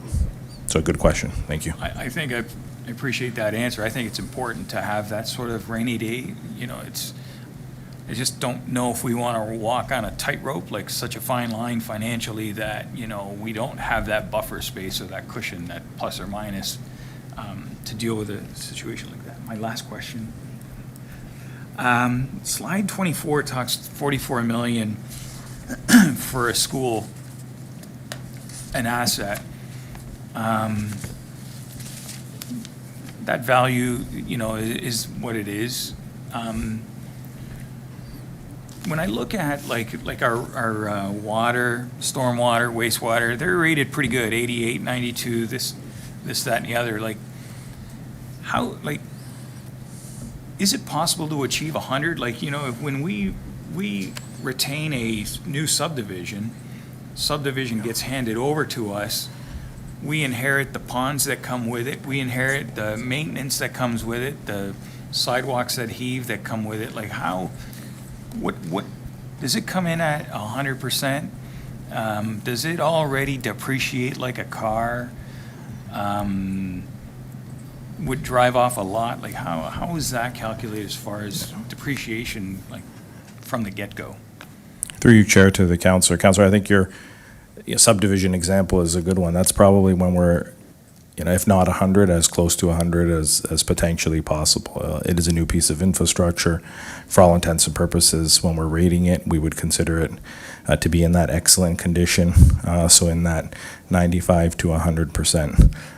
It does start as things get turned on, toilets flush, water starts flowing through things. You do see that slow, very incremental depreciation, but that slow depreciation. So maybe not as much as a car depreciates the minute you drive off, but you do see that slow depreciation start to happen when we look at our assets. But as close to 100 as possible is what we achieve when we first take it over. Okay, thank you. Thank you, Councillor Mikulik. Sorry, and Councillor Patrieva, you're next. Thank you, Madam Chair, and through you to the presenters, thank you very much for this report. I went through it with my highlighter, and I have a few questions. And I think the question, and stand me, correct me if I'm wrong, but to Councillor Murray's question about the scenarios, I think it was based on a 20-year, because that was the point that if you kept spending that amount over the 20-year period, you would be very poor. So the things were the 3% or the 2%. So, question, and, you know, during budget, we always get that graph, you know, depreciation versus asset cost. And over time, you know, we've constantly talked about life cycle costing. And, you know, say a snowplow lasts 10 years, but then, you know, a contractor buys it when we sell it as salvage, and because it has a diesel engine, drives it for another 30 years. So have we been able to shift that? Because we didn't get into that granular detail in here, but have we been able to shift any of those timelines on life cycle costing based on new technology? Or is that something that may come? Through you, Madam Chair, to the Councillor, I would say, Councillor, that's something that's on its way. I think, you know, again, I highlighted a couple of times where we've made decisions to exceed those life cycles. We do it because we look at the current condition, we look at what is appropriate, but we also look at what is manageable from a financial sustainability standpoint. So we're not just swapping out cars or swapping out things that don't require us to do that. I know we share with you those charts, and I think those charts are meant in some cases to be real time as it relates to a certain vehicle. Other times, I think, when we look at best practices and we look at a document like this, the reason I said it's a tool is because it is about every year checking in, every year making sure, are we seeing that level of depreciation? Have we had a winter that exceeded past winters, and so as a result, we put more kilometers on the vehicle, it sustained more damage. I think about fire. Have we had a severe fire where certain vehicles were in use more? Have we had certain calls in terms of some of our response apparatus? I think those are all things that on a yearly basis we're going to do. I think about new parks that are actively used more at the beginning, so we see equipment repairs that need to happen in those particular parts. Or we see things that, I think to Councillor Mikulic's point, where, inevitably something happens, we see a lot of graffiti, we see a lot of damage, we see a lot of vandalism. Those are things that occasionally we deal with on a year-by-year basis, so those inputs then go into our asset management strategies and plans. They're overlaid with the financial piece. And then the conversations we have in terms of community expectation, what we hear, engagement that we have, and those are the things that we're having conversations with you about, and that we're having internally as well as these decisions get made. Okay. So it's something that's coming. That's Yeah, my no, long-winded answer. Yes, but I appreciate the answer. And like, we made that shift a while ago too, like, employee A likes to drive vehicle B. But by rotating the vehicles around, one doesn't have a gazillion miles and another one has none because of the same time frame. So that's something we've done. So leading into that, my second question, a couple of years ago, and brought this back from AMO, and through one of their plans, we looked at leasing versus buying vehicles. How has that helped or hindered us in the capital asset management plan, knowing that it was just, pickup trucks and maybe sedans, that we weren't into the heavy equipment per se? Through you, Madam Chair, I know we have a report coming in July, Councillor, that Okay. speaks to leasing. I see Director Graham nodding as well, as Kate. And so I think at that particular point in time, we'll probably have more, specific data that we can speak to. Okay. Did that pilot work? Did it not work? And what our future recommendations are. Okay, terrific. And third question, Madam Chair. Looking at and I love the circles with the different colors. So I'm all about trying to get rid of a couple of those red ones for a quick win. So, when we look at roads, and roads includes streetlights, and one of the issues that we're facing, and we keep kicking it down the road, is we made an investment maybe 12 years ago to go to LED streetlights. But we still have the decorative lights that are in the downtown core that are not LEDs. So I'm thinking those are the ones that are falling into the very poor category. So is there a scenario where a replacement of those with a business plan that, payback is, say, 3 years, that gets us up out of that poor or very poor, and then into a good scenario? Like, you might have to spend a little bit more money in the one category, and budgets are all living documents and fluid. Is that the kind of thing we might see in the short term to get us out of those very poor, like Councillor Murray said, I want to be really good in the water because, that's something we all actually are bound to as councillors. But, looking for a couple quick wins to get us out of those reds. Through you, Madam Chair. I'm not sure you're going to like my answer, Councillor, but that's not going to stop me from saying it. Can we do that? Yes, in terms of bringing forward and bringing a business case forward, and absolutely, depending on the time and the duration in which that business case takes into consideration, there's probably a return on that benefit. I would say, it's not something that's going to happen in the short term. If I think about just priorities and prioritizing where some of the investment needs to happen, it's probably not on decorative streetlights, and that's not me being dismissive. If council directs us to look at decorative streetlights, I will bring you back a report and a business case on decorative streetlights. If you're asking me intuitively now, looking at the senior leadership team, that's not where I think we would be coming back, even though we probably would be able to take it from very poor very quickly to something that is, fair or even good. I think we need to look at what are our priorities, what are council's priorities, the community's priorities, our strategic plan, and then come to you with those things that are the most immediate need for us. I like that answer. Thank you, Councillor Pachariva. Councillor Russell, you're next. Thank you, Madam Chair. Through you to Mike and to Kate.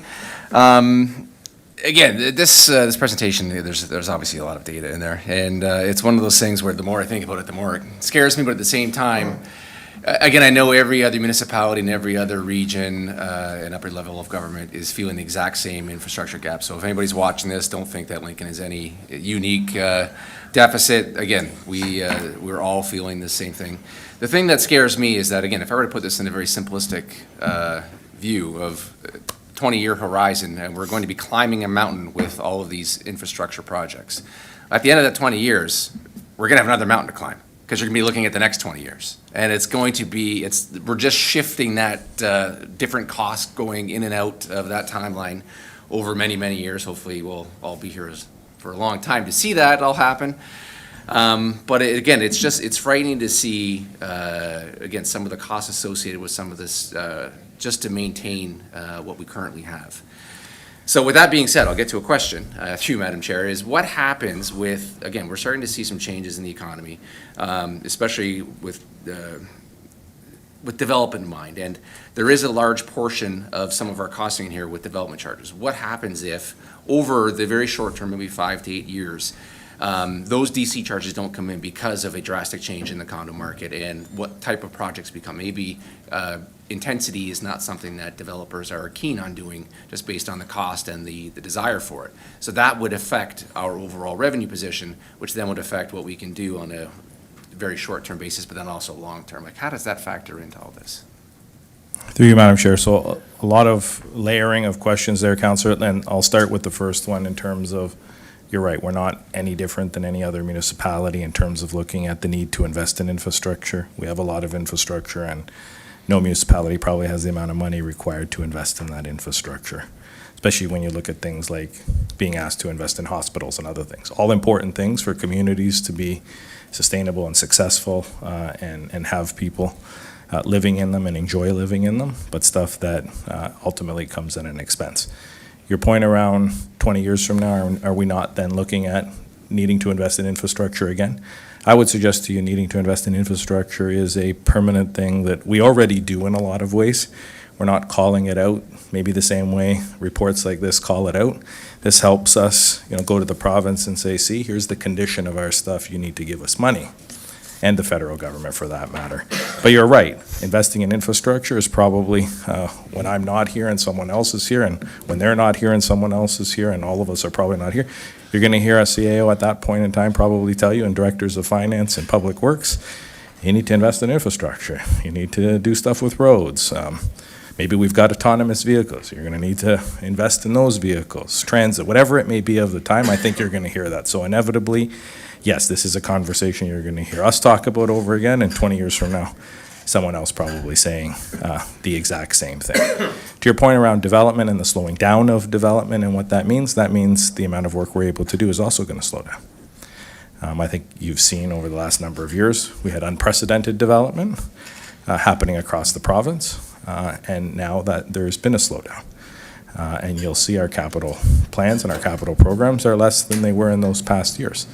I think you're going to continue to see that, or we're going to have to get creative, and when I say we, the collective we, government, but also the private sector that's looking at constructing these developments. We've talked to you about front-ending agreements. We've talked about all those things where some of that risk is borne by others, or some of that risk is borne by the development industry. And so I think those are all things that we're going to have to continue to explore if we want to maintain the same pace, or we're going to slow down things in terms of the number of projects that we can do inevitably.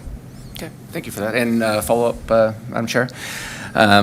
So again, in terms of water, again, I appreciate Kate again mentioning that there's different options that we have. We can do again over a longer term at a lower rate, come up with a similar amount. Does that factor in the most recent, and I would call them aggressive based on my recent water bill, the most recent forecast that we got from Watson on raising water rates to pay for some of the infrastructure, even just short term? Like, will that factor that in, or is that 2%, whatever plan we decide to go to, is that starting basically after this year? Oh, yes, through you, Chair. So the water and wastewater plan was considered in the development of the AMP, and I do believe it said in the financing strategy that the 1.2% would follow after the 5-year period that was defined by the water and wastewater plan. So that 1.2% would follow after those. So I think they were a little bit higher, maybe 2.3, something like that. Yeah. Okay. So again, just to clarify, so again, for any residents that are concerned about the most recent increases, and again, we've had a lot of again water projects coming up. Again, there looks like there might be a more gradual increase over the longer term that we're going to be leveling that out to hopefully again manage some of that angst. Yes. So that is something that will be brought up in the budget process. Do we still need to retain it at the amount from the water wastewater plan, or can we decrease it based on, let's say, we had more revenues than we were expecting, and maybe that gap is closing on its own naturally? So those are the discussions and the conversations we'll be having. Okay, thank you. And last question, Madam Chair. The one thing I didn't see, and I did not read 100% of the 134 pages, is there any thought or consideration for potential for sharing of services, amalgamation with other levels of government and/or other local area municipalities to offset some of these costs and/or share some of the costs? Yeah. Through you, Madam Chair, to the councillor. So it's not in the current plan, but those are things that, should they occur, should we entertain those, should we get into those types of arrangements, when we come back to you on a yearly basis with updates to the asset management plan, we would incorporate that, and then obviously those would have effects on our rating, the level of investment required. Okay. Thank you, Madam Chair. Thank you, Councillor Russell. Councillor Brunet, you're next.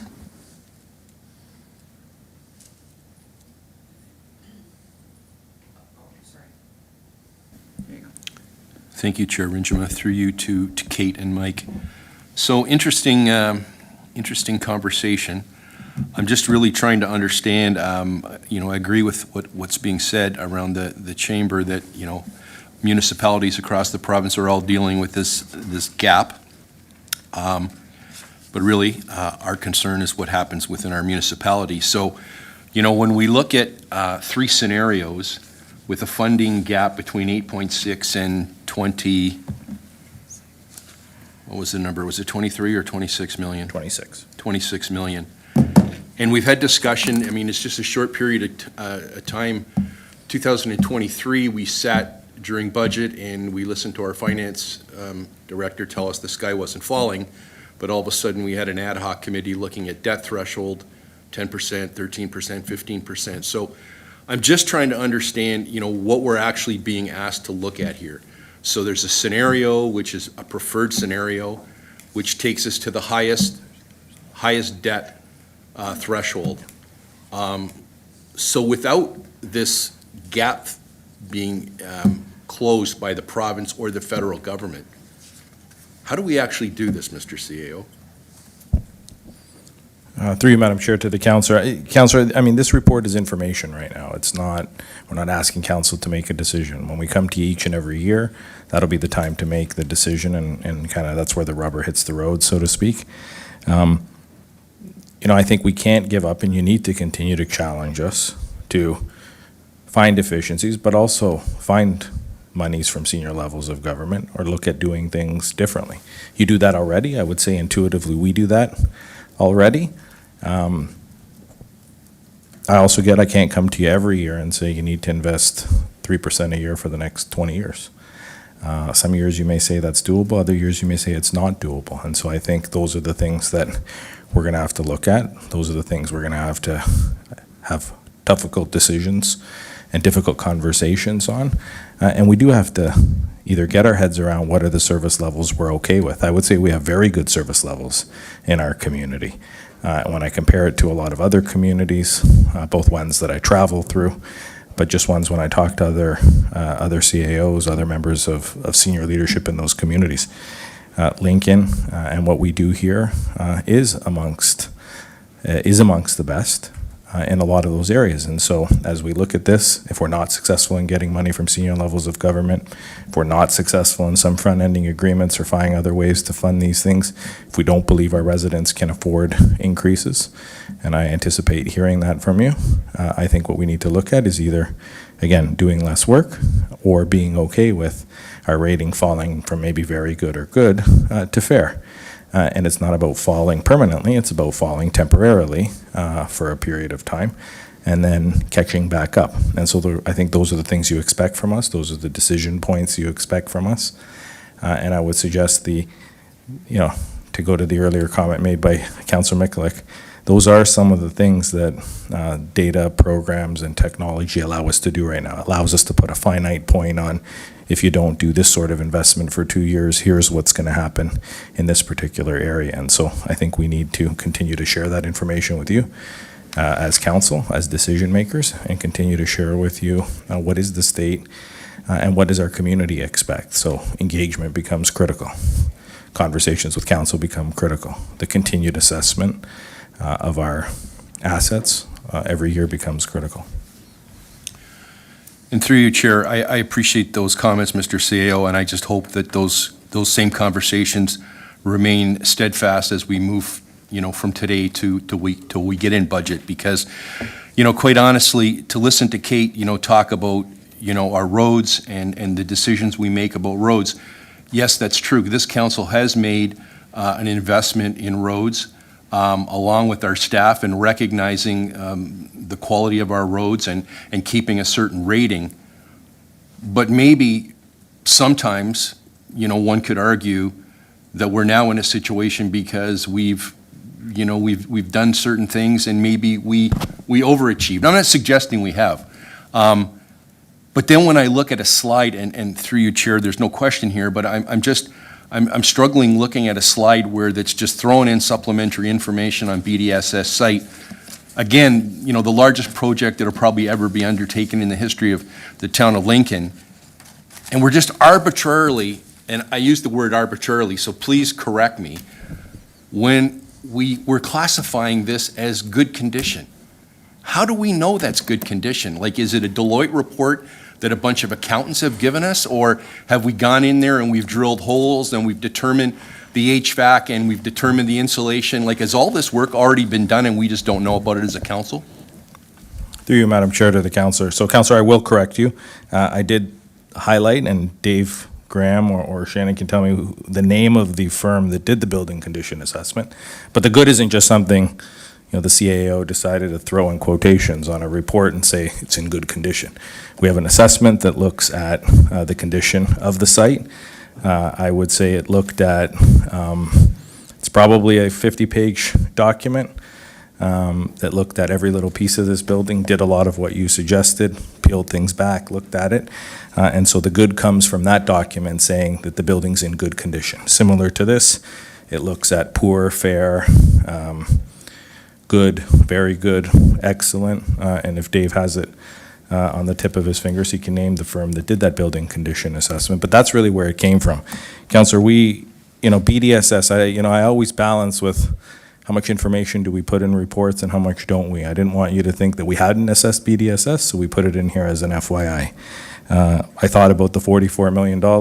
That really comes, as you know, when you look at square footage and a replacement cost. And that's what that total replacement cost is. Simply looking at square footage, how much it costs square footage to replace a building, and that's the number. I'm not recommending, nor would anyone recommend, that we demolish the entire building and reconstruct 190,000 square feet in the community right now to the same specs that this current building is. But it is here, I think, as an FYI, because it's an important asset that we do own, as you highlighted.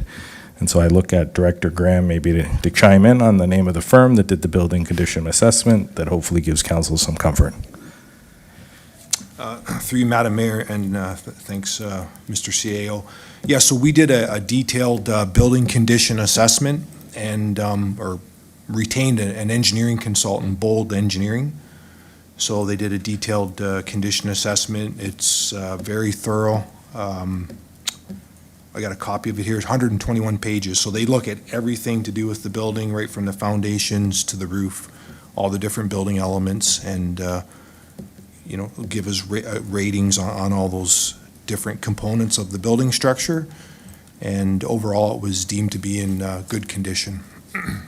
And through you, Chair, Shannon did remind me that I think Bold does a number of our other building conditions as well, and so we've used them in the past.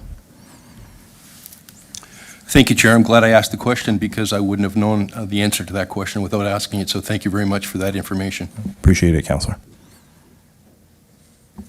Thank you, Councillor Brunei. Mayor Easton, you're next. Thank you very much, Madam Chair. Thank you for this report, finally. But of course, now we know why it took so long, but it is an excellent document to have at our disposal.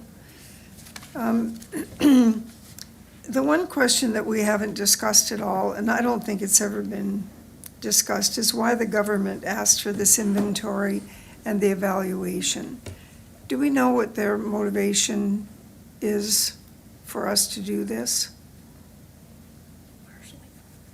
Like OSIF, they base it on CR. Through you, Madam Chair, to the Mayor. You know, I think Kate and I are both looking at ourselves, figuring out who's going to answer this question. I think when you look at the first number of slides, it speaks to why we think the government did it. First of all, I think it's good practice. I think we need to be looking at building conditions, and municipalities are all not created equally. And so when the government, I think, looks at municipalities and what is the role that they have in making sure municipalities function properly, we heard Walkerton mention, if you think about just the investment and what we're responsible for, we often say we're the closest to residents. Here in the town of Lincoln, we offer 92 different services.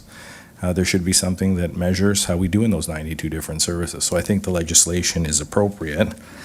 Kate reminded me, and I think I said it a number of times at the beginning of the presentation, they do use this when they determine funding we receive, both per capita funding, if I think about things like OSIF and OMPF, but also other things that we apply for. If we look at a number of the grants we apply for, both provincially and federally, they do want to look at the condition of our assets, and they should be looking at it. If we're applying for something and it's in good condition, maybe it's the wrong thing we're applying for. And I think government needs to figure out how it assesses applications. This is a very quantifiable way to do that. So I think it's a combination of reasons, but I don't know if Kate has other suggestions that I may have missed. So are you saying that the motivation is there to leave your assets until they're ready to die and then apply for money to have them, to get government support for them? Is that the standard that they're looking for?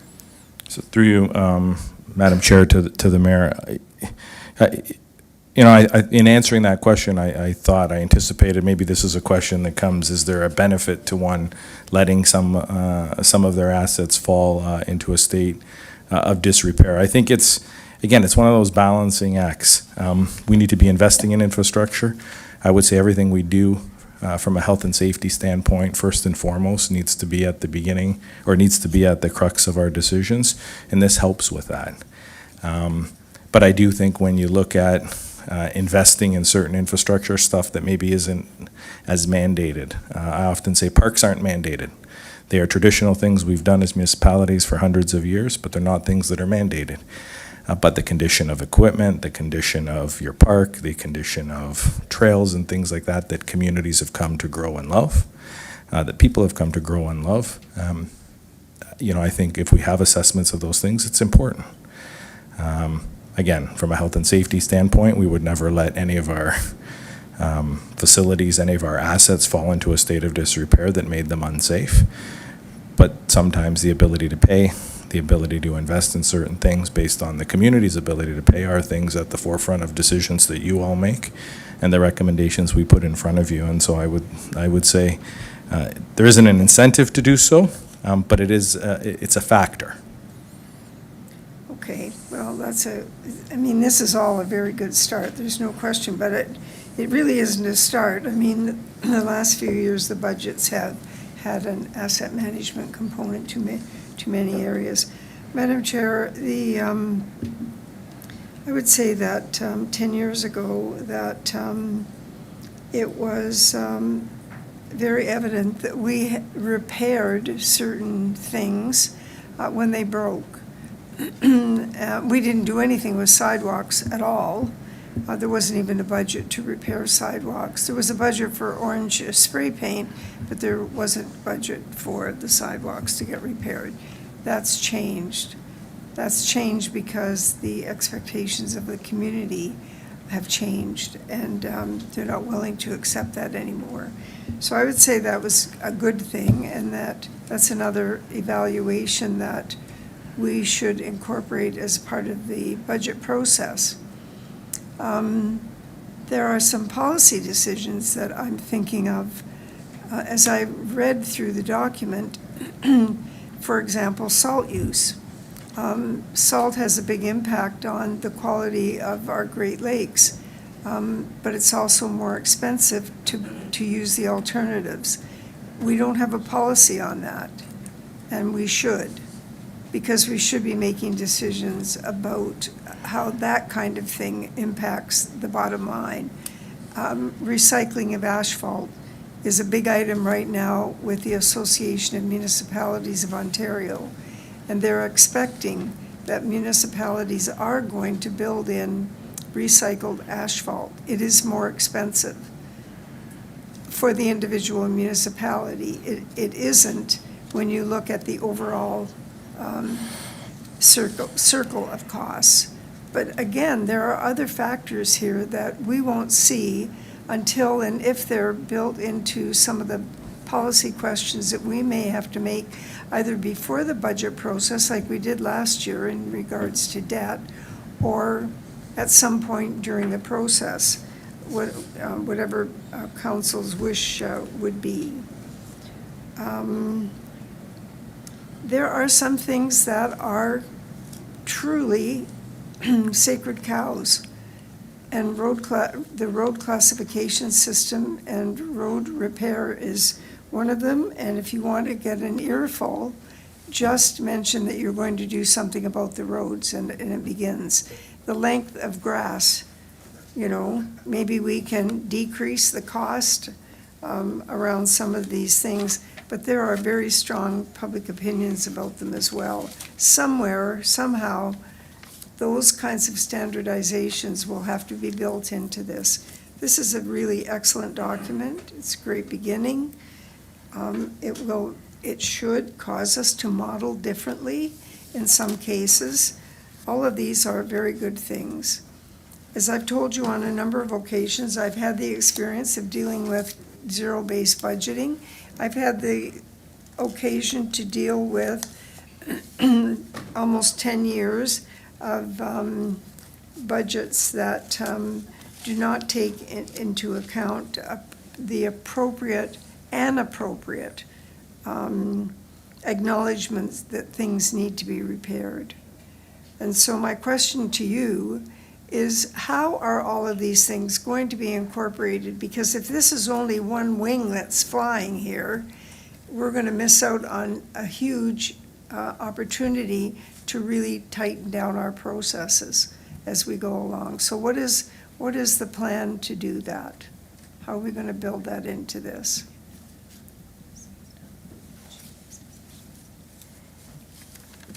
Through you, Madam Chair, to the Mayor. So I think, Mayor, what you're asking is, what are the processes that we're going to put into place that both utilize this document, but other things that we bring forward in terms of decision-making in front of members of council? Just so that we're clear, I think those are things that I answer it that way, or at least seek clarification that way, because I think those are the things that we're looking to do with this document. It needs to become part of our regular process.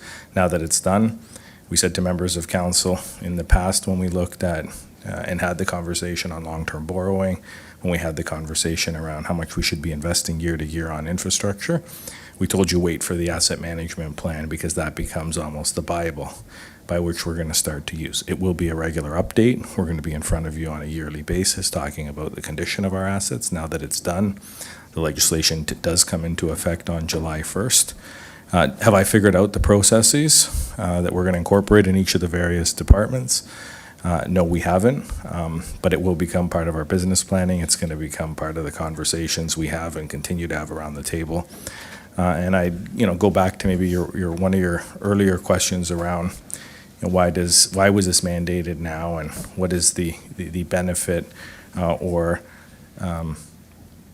the lack of benefit for us investing in infrastructure. I also think investments like these, documents like these, do enhance, I think, the transparency with which we can talk about the conditions of our assets. People want to know if they're investing money, if they're investing tax dollars, whether that be in parks, water, or anything of the sort, that it's going towards something, and that there's a piece of data and information that one can hang their hat on why we're making this sort of investment. So I just wanted to end with that comment. So I think that's a fair response for sure. Madam Chair, just one last thing then. Can we expect that in many cases, just to round this out, each year it'll get a little bit better, that we might ask the question, and in addition to the following areas of policy or the following modeling is important to carry out or to upgrade, so that we're aware that there's additional decisions that may need to be made. And some of them may impact operations. In fact, I mean, tell me if I'm wrong, but I believe that many of them would have an impact on operations. Through you, Madam Chair, I think the simple answer to that is yes, Madam Mayor. If I think about any asset that either we upgrade, expand, or change our service offerings in, and all those are potentially possible, there's often an operational impact, either positive or negative, in terms of what that impact may be. And with that comes, I think what you're talking about is the potential associated costs with that. And so I think those often and should be part of the transparent conversations we have. We add a new park, we add a new facility, we take over a new pond. What are the costs and what are the things we should be saving for as we look at those potential things when you think of just, regular clean out and maintenance that needs to happen and those sorts of things. So that is also how we want to use the tool. Okay. Well, Madam Chair, I'm very happy that this document is now before us, and I see it as a really valuable tool in the future to keep things functioning within a standard that is not only beneficial, but that we can afford. Okay, thank you, Madam Mayor. Deputy Chair Timmers, would you mind taking over for a moment while I have a question? Vice Chair, Deputy Chair. Thank you. So my question is specific to what says in the motion, that committee endorse the reallocation of existing resources within the approved budget to support enhanced internal capacity in the area of asset management planning and geospatial data systems. So can you speak to a little bit to how investing further in geospatial data systems will assist us moving forward? Through you, Madam Vice Chair, to the Chair. I am not the subject matter expert on GIS, so I'm going to let someone else speak to GIS and the benefits of GIS. I do think, though, at a very high level, it touches upon how we need to be looking at data, where the data is coming from, and the specificity of that particular data, and so that you can have trust in that. But I'm going to I'll look at the senior leadership team, maybe between Dave and Matt. They can speak a little bit, or both can speak to just some of the benefits of GIS and why we want to make that investment in GIS. And, it's when I say reallocate, current monies that are being spent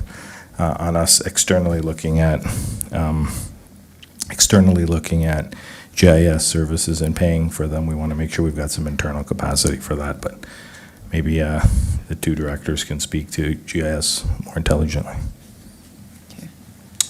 Thank you, and through you, the Chair, to the Councillor. So, yeah, GIS is really, really important as we build our data, make our data more accurate. So the GIS basically geographically identifies all the different assets. So it's really important in terms of how we make our data more accurate and how we update our data. It's geographically attached to a map. Just generally speaking, GIS gives the users, staff, for example, everything they need kind of at their tablet, so to speak. So it has a lot of efficiencies. You have all the data right available to help do your job, also to help update the data as well. So there's many benefits with it, but it's something we want to continue to invest in as we develop our asset management plan. And you can kind of picture the GIS as the map that helps represent all the asset management data. Thank you, Director Graham. Counselor, is that sufficient, or? I guess I'm just very curious. It's very interesting, so I'm looking at, I'm going to ask for a little bit more detail in terms of course, our roads and bridges, et cetera, but what other areas would we like to use GIS to assist with tracking our data? And how much improvement are we hoping to get? And how much improvement are we hoping to achieve through the further use of GIS? And is the primary incentive for an increased use of GIS saving staff time in all these asset management plans, doing all the work that updating it annually, et cetera? Thank you. I see Director Bruder. Go ahead. Thank you. And through you to the councillor. Yeah, I mean, there's a lot of different applications when it comes to GIS. You know, you're right. There's roads, there's bridges, there's also all of our infrastructure, our storm services, sanitary water, all the laterals associated with those. It also helps us map certain things that might have an impact on life cycle planning. I'm thinking about floodlands or things like that, or other site-specific characteristics, so you can weave together these different layers to get a better sense from a spatial standpoint what the impacts are, which helps your overall kind of looking at that particular asset and maybe some of the challenges associated with it given any given location. But also it allows us to tie in specific data like Director Graham was saying, that we can update in real time. So you have all of these aspects and they're all combined into a mapping system. So it provides better insight for all of our staff. You mentioned, is there efficiencies to be had? Absolutely, because that's a centralized location for all of that information. Mm-hmm. So hopefully that helps clarify. Yeah, it does. Thank you. Okay. Thank you, Thank you, Madam Vice Director Chair. Bruder. Are you finished with your questions? Done. Okay, I'll turn it back over to you, Chair Rajima. Thank you. So I don't see anybody else in the queue, so thank you very much for the presentation and the wonderful report and all the great questions. There being no further discussion for this item, I have a motion moved by Councillor Russell.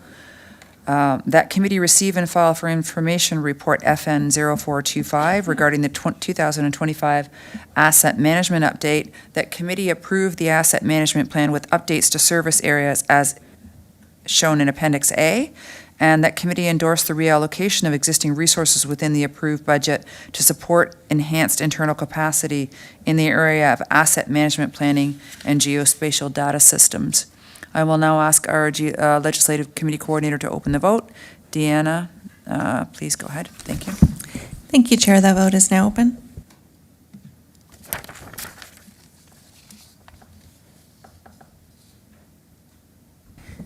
And the vote is now closed, and that carries. Thank you. Okay, thank you. That's good. As there are no further reports for this General Business and Finance Committee agenda, I will ask the Legislative Committee Coordinator to transition to our next committee agenda. Thank you, Chair. I'll be moving the gavel to Councillor and Chair Anna Murray to assume the chair at this time for the Planning and Economic Development Committee agenda.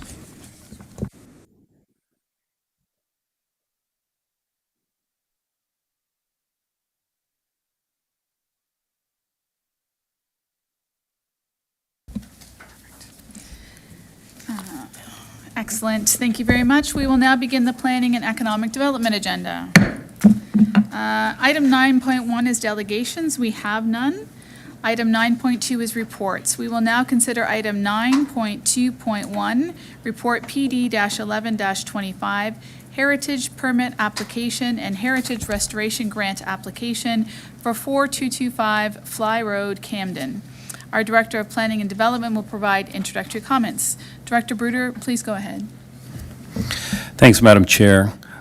This particular application or permit application pertains to a property, the address, on Fly Road. So it's just to the north. It's on the north side of Fly Road, just west of Campton Road. It was designated in 2006 from a heritage designation perspective. The reasons for designation were really, there was a lot of historical context associated. You see, it's Henry W. Moyer, Humphrey, which was a prominent figure in the Campton area. It's also one of the first brick houses, if not the first brick house in Campton.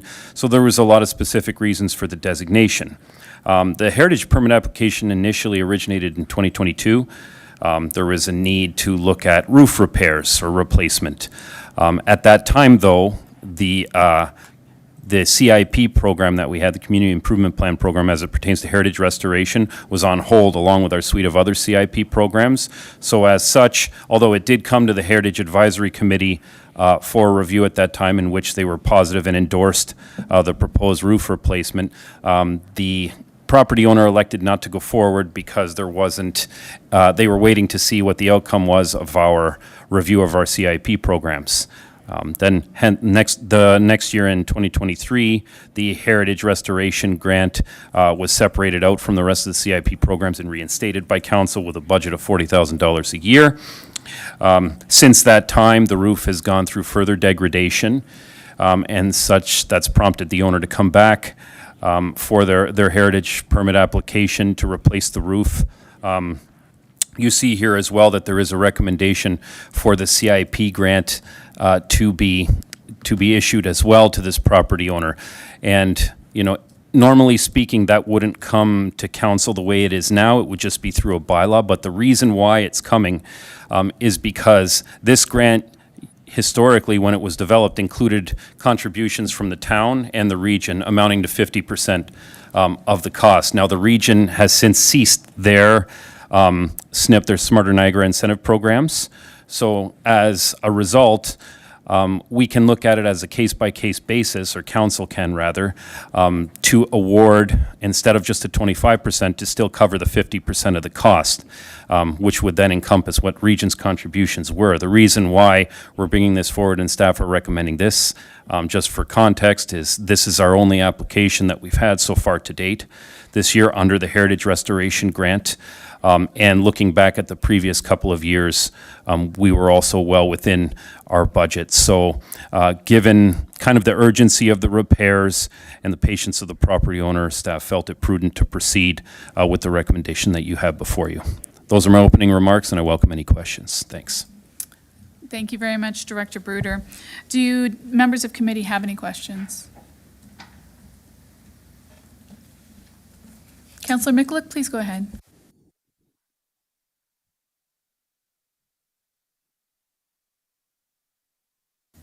Thank you very much. Through you to Director Bruder. I'm just, so there hasn't been a lot of uptake on those grants, which is a good news story from a financial perspective. But is there a precedent that we could be setting by doing this in the future, where some of these repairs can be expensive? Like, sometimes a roof could be 40 grand by itself for some of these sorts of buildings. Like, is there a chance that we're setting a precedent by, in the future, somebody saying, well, how come you gave so-and-so this much, or 50%, and you're only giving us 25? Through you, Madam Chair, couple of points I'd make, Councillor. First of all, there is a cap on what grant can be provided on a per application basis of $10,000. That's the upper limit no matter what. Secondly, I understand what you're saying about a precedent situation, but here, given kind of the sequence of events for this particular application, and kind of, the applicant waiting to see what council was doing with our suite of grant programs and just the time passed and all the things that have happened in between. Because remember, they had initially submitted application a few years back. I think this provides a little bit of a unique situation, which we're trying to recognize with our recommendation. So hopefully that clarifies for you. No, it does, just from, from a timing perspective, you've clarified it, but I just worry about the future, with future applications that might come forward requesting the same sort of funding, so, thank you. So there being no one else in the queue, I have a motion moved by Councillor Timmers. The committee approved the heritage permit application PLHP-2025-001 in the name of Richard and Brittany Pepper to restore the roof of a dwelling located on a property designated under Section 4 of the Ontario Heritage Act, and that committee recommend that council approve the heritage restoration and improvement grant application PLCIP-2025-001 in the amount of $8,491 or 50% of the cost of the works, whichever is less. I will now ask our legislative committee coordinator to open that vote. Thank you, Chair. The vote is now open.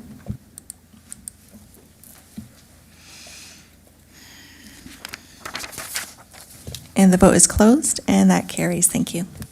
Thank you very much, Deanna. We're moving on to item number 10, which is confidential items.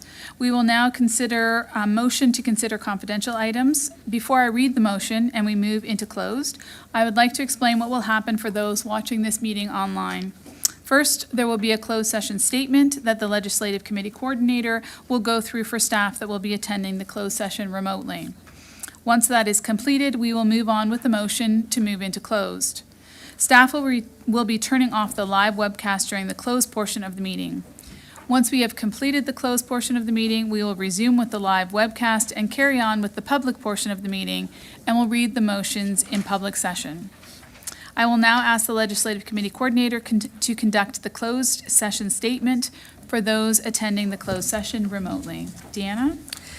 Thank you. All members are reminded that any discussions in closed session are to remain confidential as per our procedural bylaw and our code of conduct for the Council of the Town of Lincoln. Before we begin, I need each member that is attending electronically to confirm the following: that you understand that matters are to remain confidential, and confirm no one else is present with you. Confirm no one else can hear this closed session, and confirm that you are not using any electronic devices other than your tablet, computer, telephone for the video conferencing, and confirm that you are not recording this portion of the meeting. If you acknowledge all of the above, please reply with "I understand" and confirm to all of the statements as I read your name aloud. Office Managing Counsel, Cozen O'Connor Law Firm, Stephen Weiss. I understand and acknowledge. Thank you.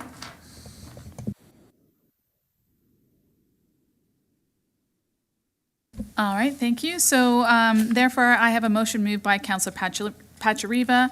Under Section 239 of the Municipal Act, notice is hereby given that committee adjourn to closed session in order to address items 10.1 and 10.2 as follows.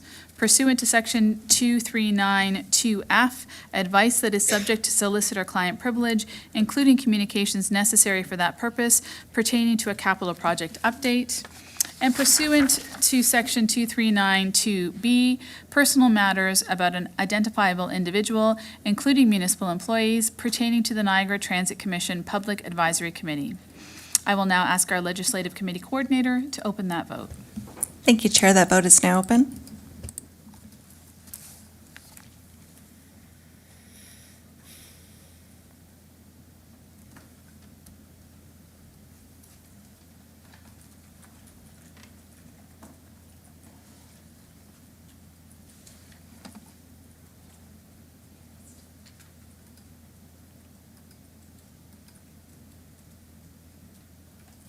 And the vote is closed, and that carries. Thank you. Thank you. Our Legislative Committee Coordinator will now proceed with the technical requirements to move into closed session.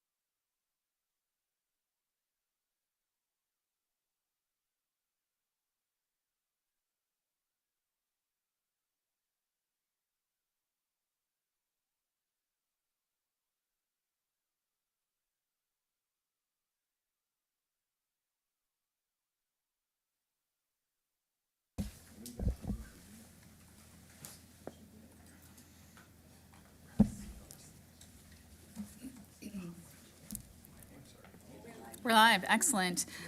At this point, I have a motion moved by Councillor Renchema that committee resume in open session.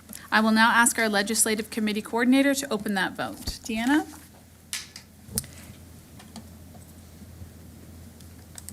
Thank you, Chair. That vote is open.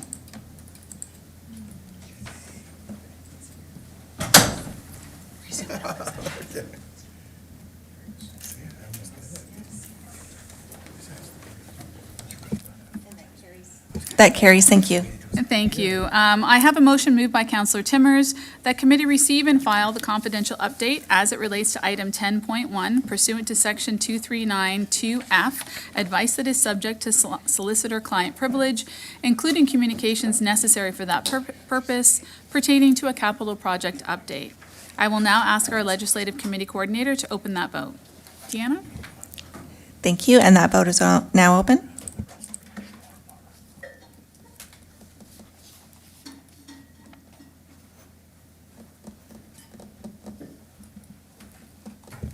And the vote is closed, and that carries. Thank you. Thank you. I have a motion moved by Councillor Pachariva that staff move forward as directed in closed session as it relates to item 10.2 pursuant to section 2392B, personal matters about an identifiable individual, including municipal employees, pertaining to the Niagara Transit Commission Public Advisory Committee. I will now ask our legislative committee coordinator to open that vote. And that vote is now open. Thank you.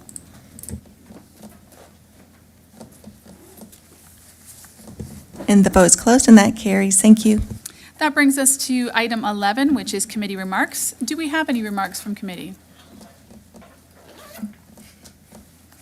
Seeing none, there being no further business, I call this meeting adjourned at 9:55 p.m. Thank you.